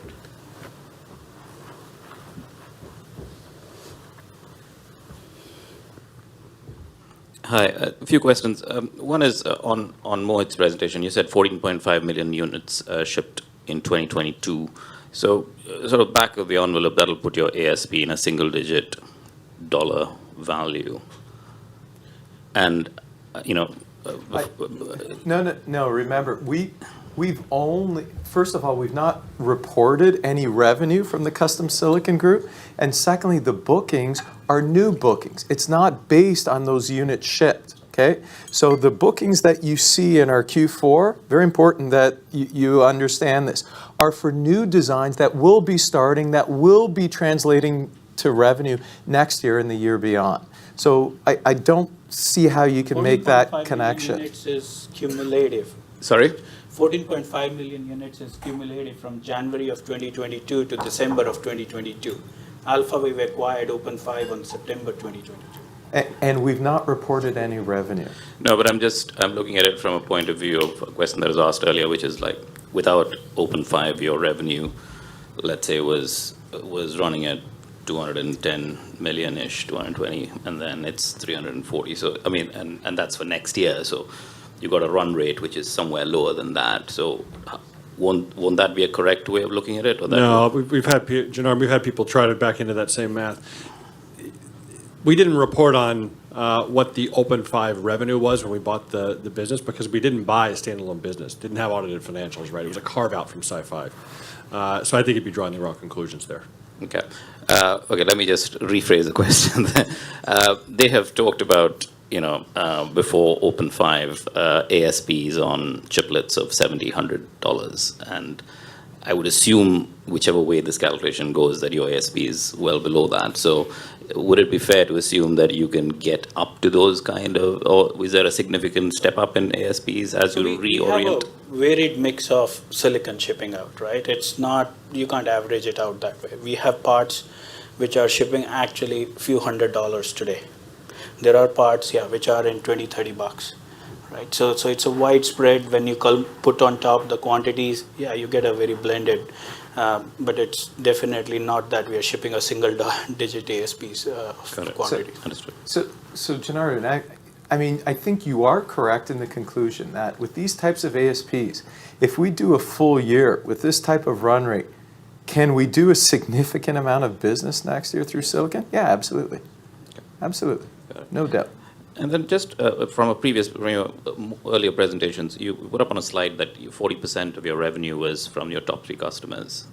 And I was just comparing that with your IPO and just thinking, has the nature of your top 3 changed materially? If I remember right, it was people like Microchip, Samsung Electronics, maybe ZT, if my memory is right. But would it have changed materially? And now are you getting hyperscalers coming through from the Open5 business as the top?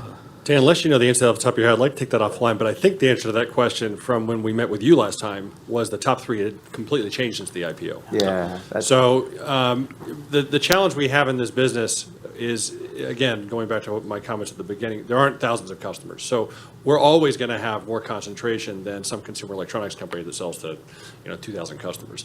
But that has diminished over time, for sure. But land and expand, look, that's going to push concentration, right?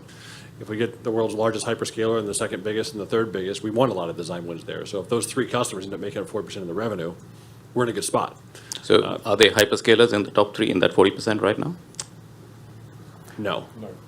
Yeah, not yet. The way we've landed with hyperscalers right now is through the optoelectronics products.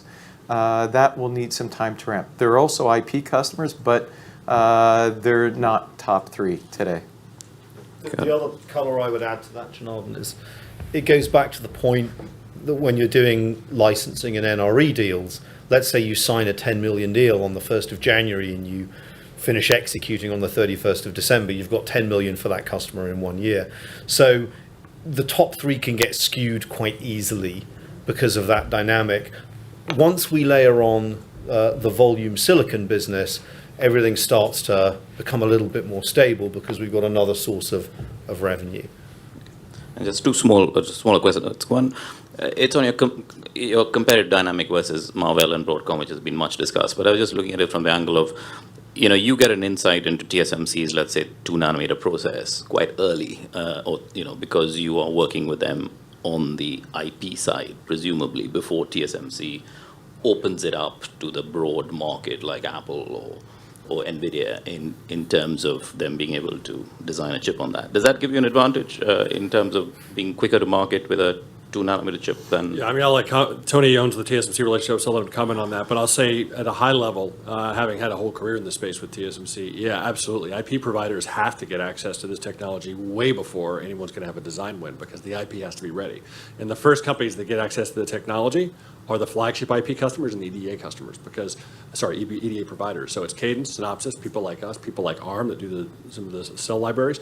And then we get to tape out, we get the pleasure, and John Rogers can talk about this, the pleasure of taping out with what TSMC calls 0.1 models, which means the transistor models are all wrong. And the silicon comes back, and then we have to rev it. So yes, we absolutely do have that advantage. But I'd say it's a fairly level playing field amongst the top tier IP providers. We don't get it before Synopsys, we don't get it before Cadence, we get it generally at the same time. Tony, I don't know if you want to add to that. Yeah, no, sure. Remember when I was referencing technology pillars? I said it's not just about the high-speed connectivity, but it's also about the ability to design in the world's most advanced nodes. So what you will see and what you have seen is that 10, 15 years ago, a lot of the companies selling into the digital communication space had in-house design teams doing high-performance connectivity. And the same way that semiconductor industry, everyone that shipped semiconductors had internal fabs, and over time they went fabless and outsourced to focused experts. You're seeing the same thing happen on high-speed connectivity. Companies like PMC Sierra and ST and others used to have in-house high-speed connectivity teams. They now license from the ecosystem. And so does it give us a competitive advantage having access to the world's leading nodes? Absolutely, because it's that access to the nodes and that experience to design this type of technology in the world's leading nodes. Again, there's only a handful of companies in the world that know how to do it. And fortunately, given the nature of our business, we get access very early and we get to refine and be able to get those designs out well in advance of most other companies. Got it. And last question, Tony, for you. Dan. The capex to sales of 10% seems quite high for a company of your nature. I mean, analog semiconductor companies head in that direction. So I'm just wondering what you're spending $50 million on. Well, I can certainly let Tony and Babak speak more eloquently to some of the costs, but a mask set for our connectivity products business is somewhere between $15 and $20 million. So you will amortize that over the life of the product, but the cash goes out when you get the masks that are ordered. So that's a significant part of the CapEx. But won't that be capitalized R&D? No, capitalized R&D is what is basically the headcount and most of the engineering and some of the tools cost. That we would count as CapEx going out the door. I'll ask two, and I'll be respectful of others in line. I had a question on gross margin assumptions, because ASICs are 50%, traditionally 50%, 55% gross margin. So when you said Open5 is below the corporate average, that makes sense. But is it below the industry average? And then how do you get that?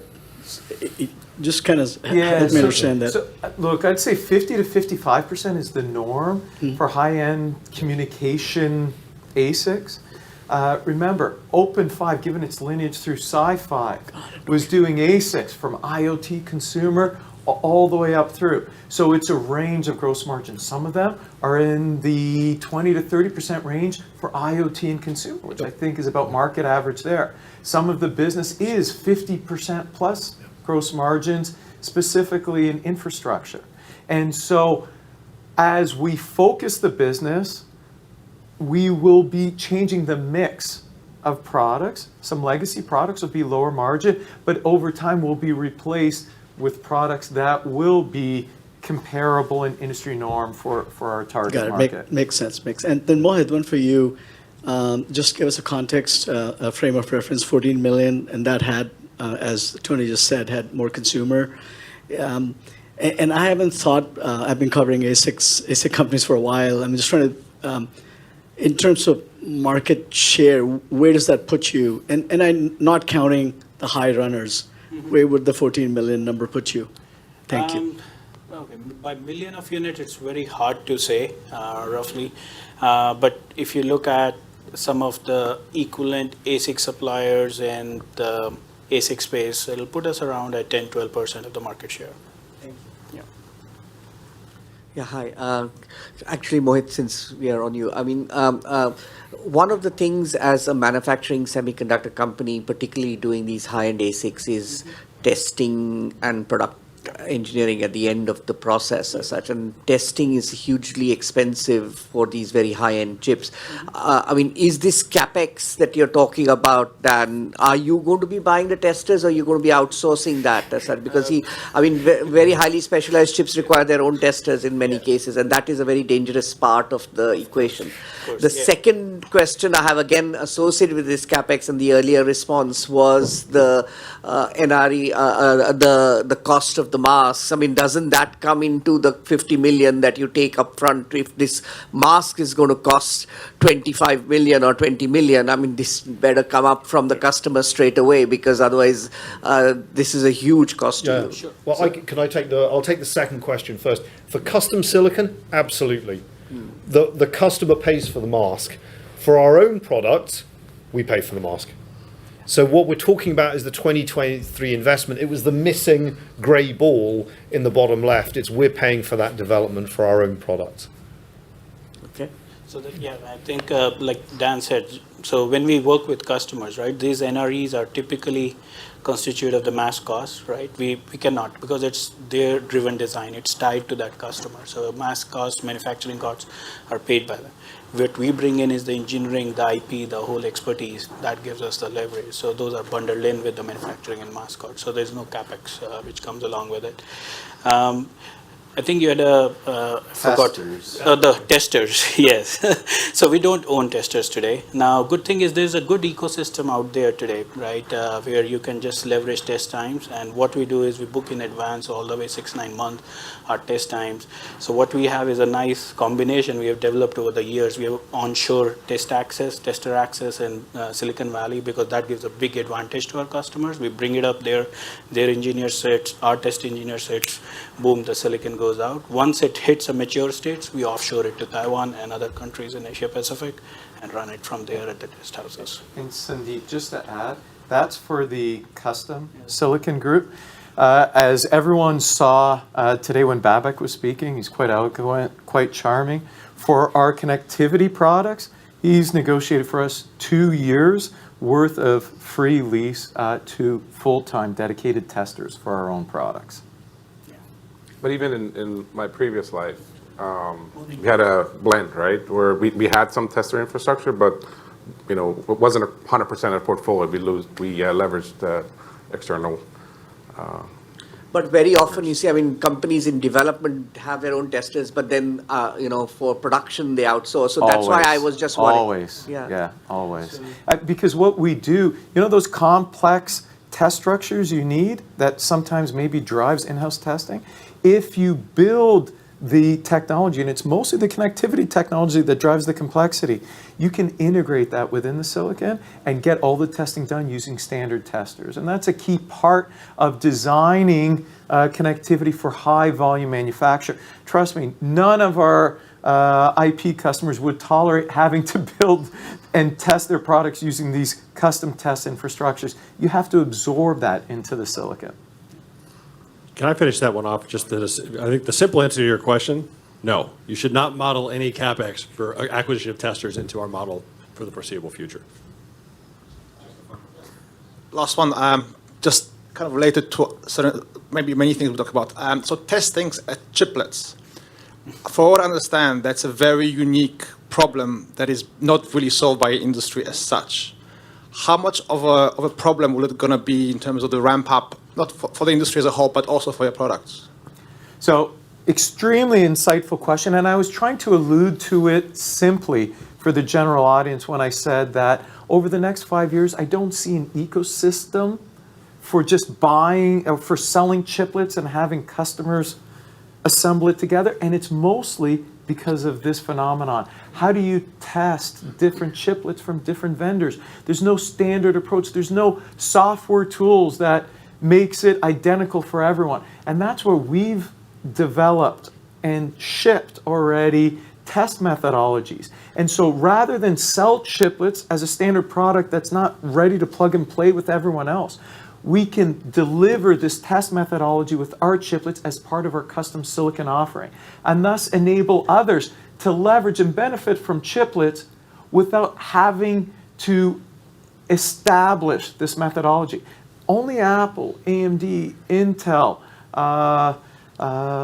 and maybe one or two others have developed this methodology. And so this is how we can help deploy chiplets until eventually, and eventually it will happen, this ecosystem for customers being able to assemble chiplets themselves eventually establishes.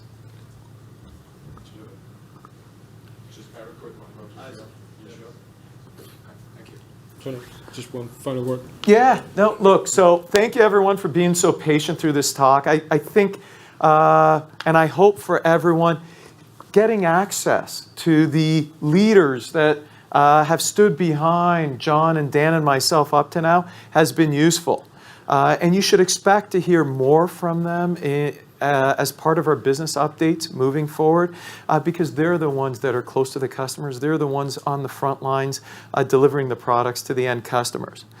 Some key takeaways I think that you should remember, given the dense amount of information that we threw at you over the last 4 to 5 hours. We have been chasing scale fiercely since the IPO, all right? And I know we regularly get in questions, did we anticipate to move as quickly as we did? And frankly, the answer is no. Did I think that we would be fully vertically integrated in 18 months? Absolutely not. I was aiming for about 2 years. But what drove this rapid pace? First and foremost, it's customer pull. All right? You don't get customers pulling you regularly. And when they do, you either have the fortitude to step forward and take advantage of it, and that's exactly what we did. Secondly, we had opportunities that presented themselves, and opportunities don't last forever. So when an opportunity to acquire a business for about $200 million and it brings $150 million worth of backlog with it, yeah, it's a great opportunity. It doesn't come often, especially when it's aligned with your core business. So yeah, we took that advantage. But now with this scale, ultimately, what's the benefit of having this vertically integrated company? So first and foremost, greater benefit to our end customers. We can deliver more solutions to them, different form factors. And so as you look, again, at that TAM picture, and you look at these new vertically integrated custom silicon and custom product business, if we can execute on these new businesses the same way we did with IP, because remember in IP, we founded in 2017, and within 2 years, we were the market leader. If we can execute, and we will execute, but at the same efficiency in these new businesses, we are easily going to hit our $1 billion revenue by 2026.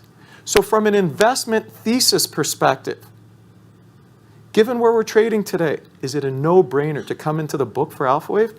Absolutely. And that's the takeaway I want you to have. So thank you very much for your time. Thanks for the insightful questions. And look, some of us will be around a little bit if you want to have a little bit of one-on-ones. And we look forward to doing this more regularly with you moving forward in person at the LSE. Thank you.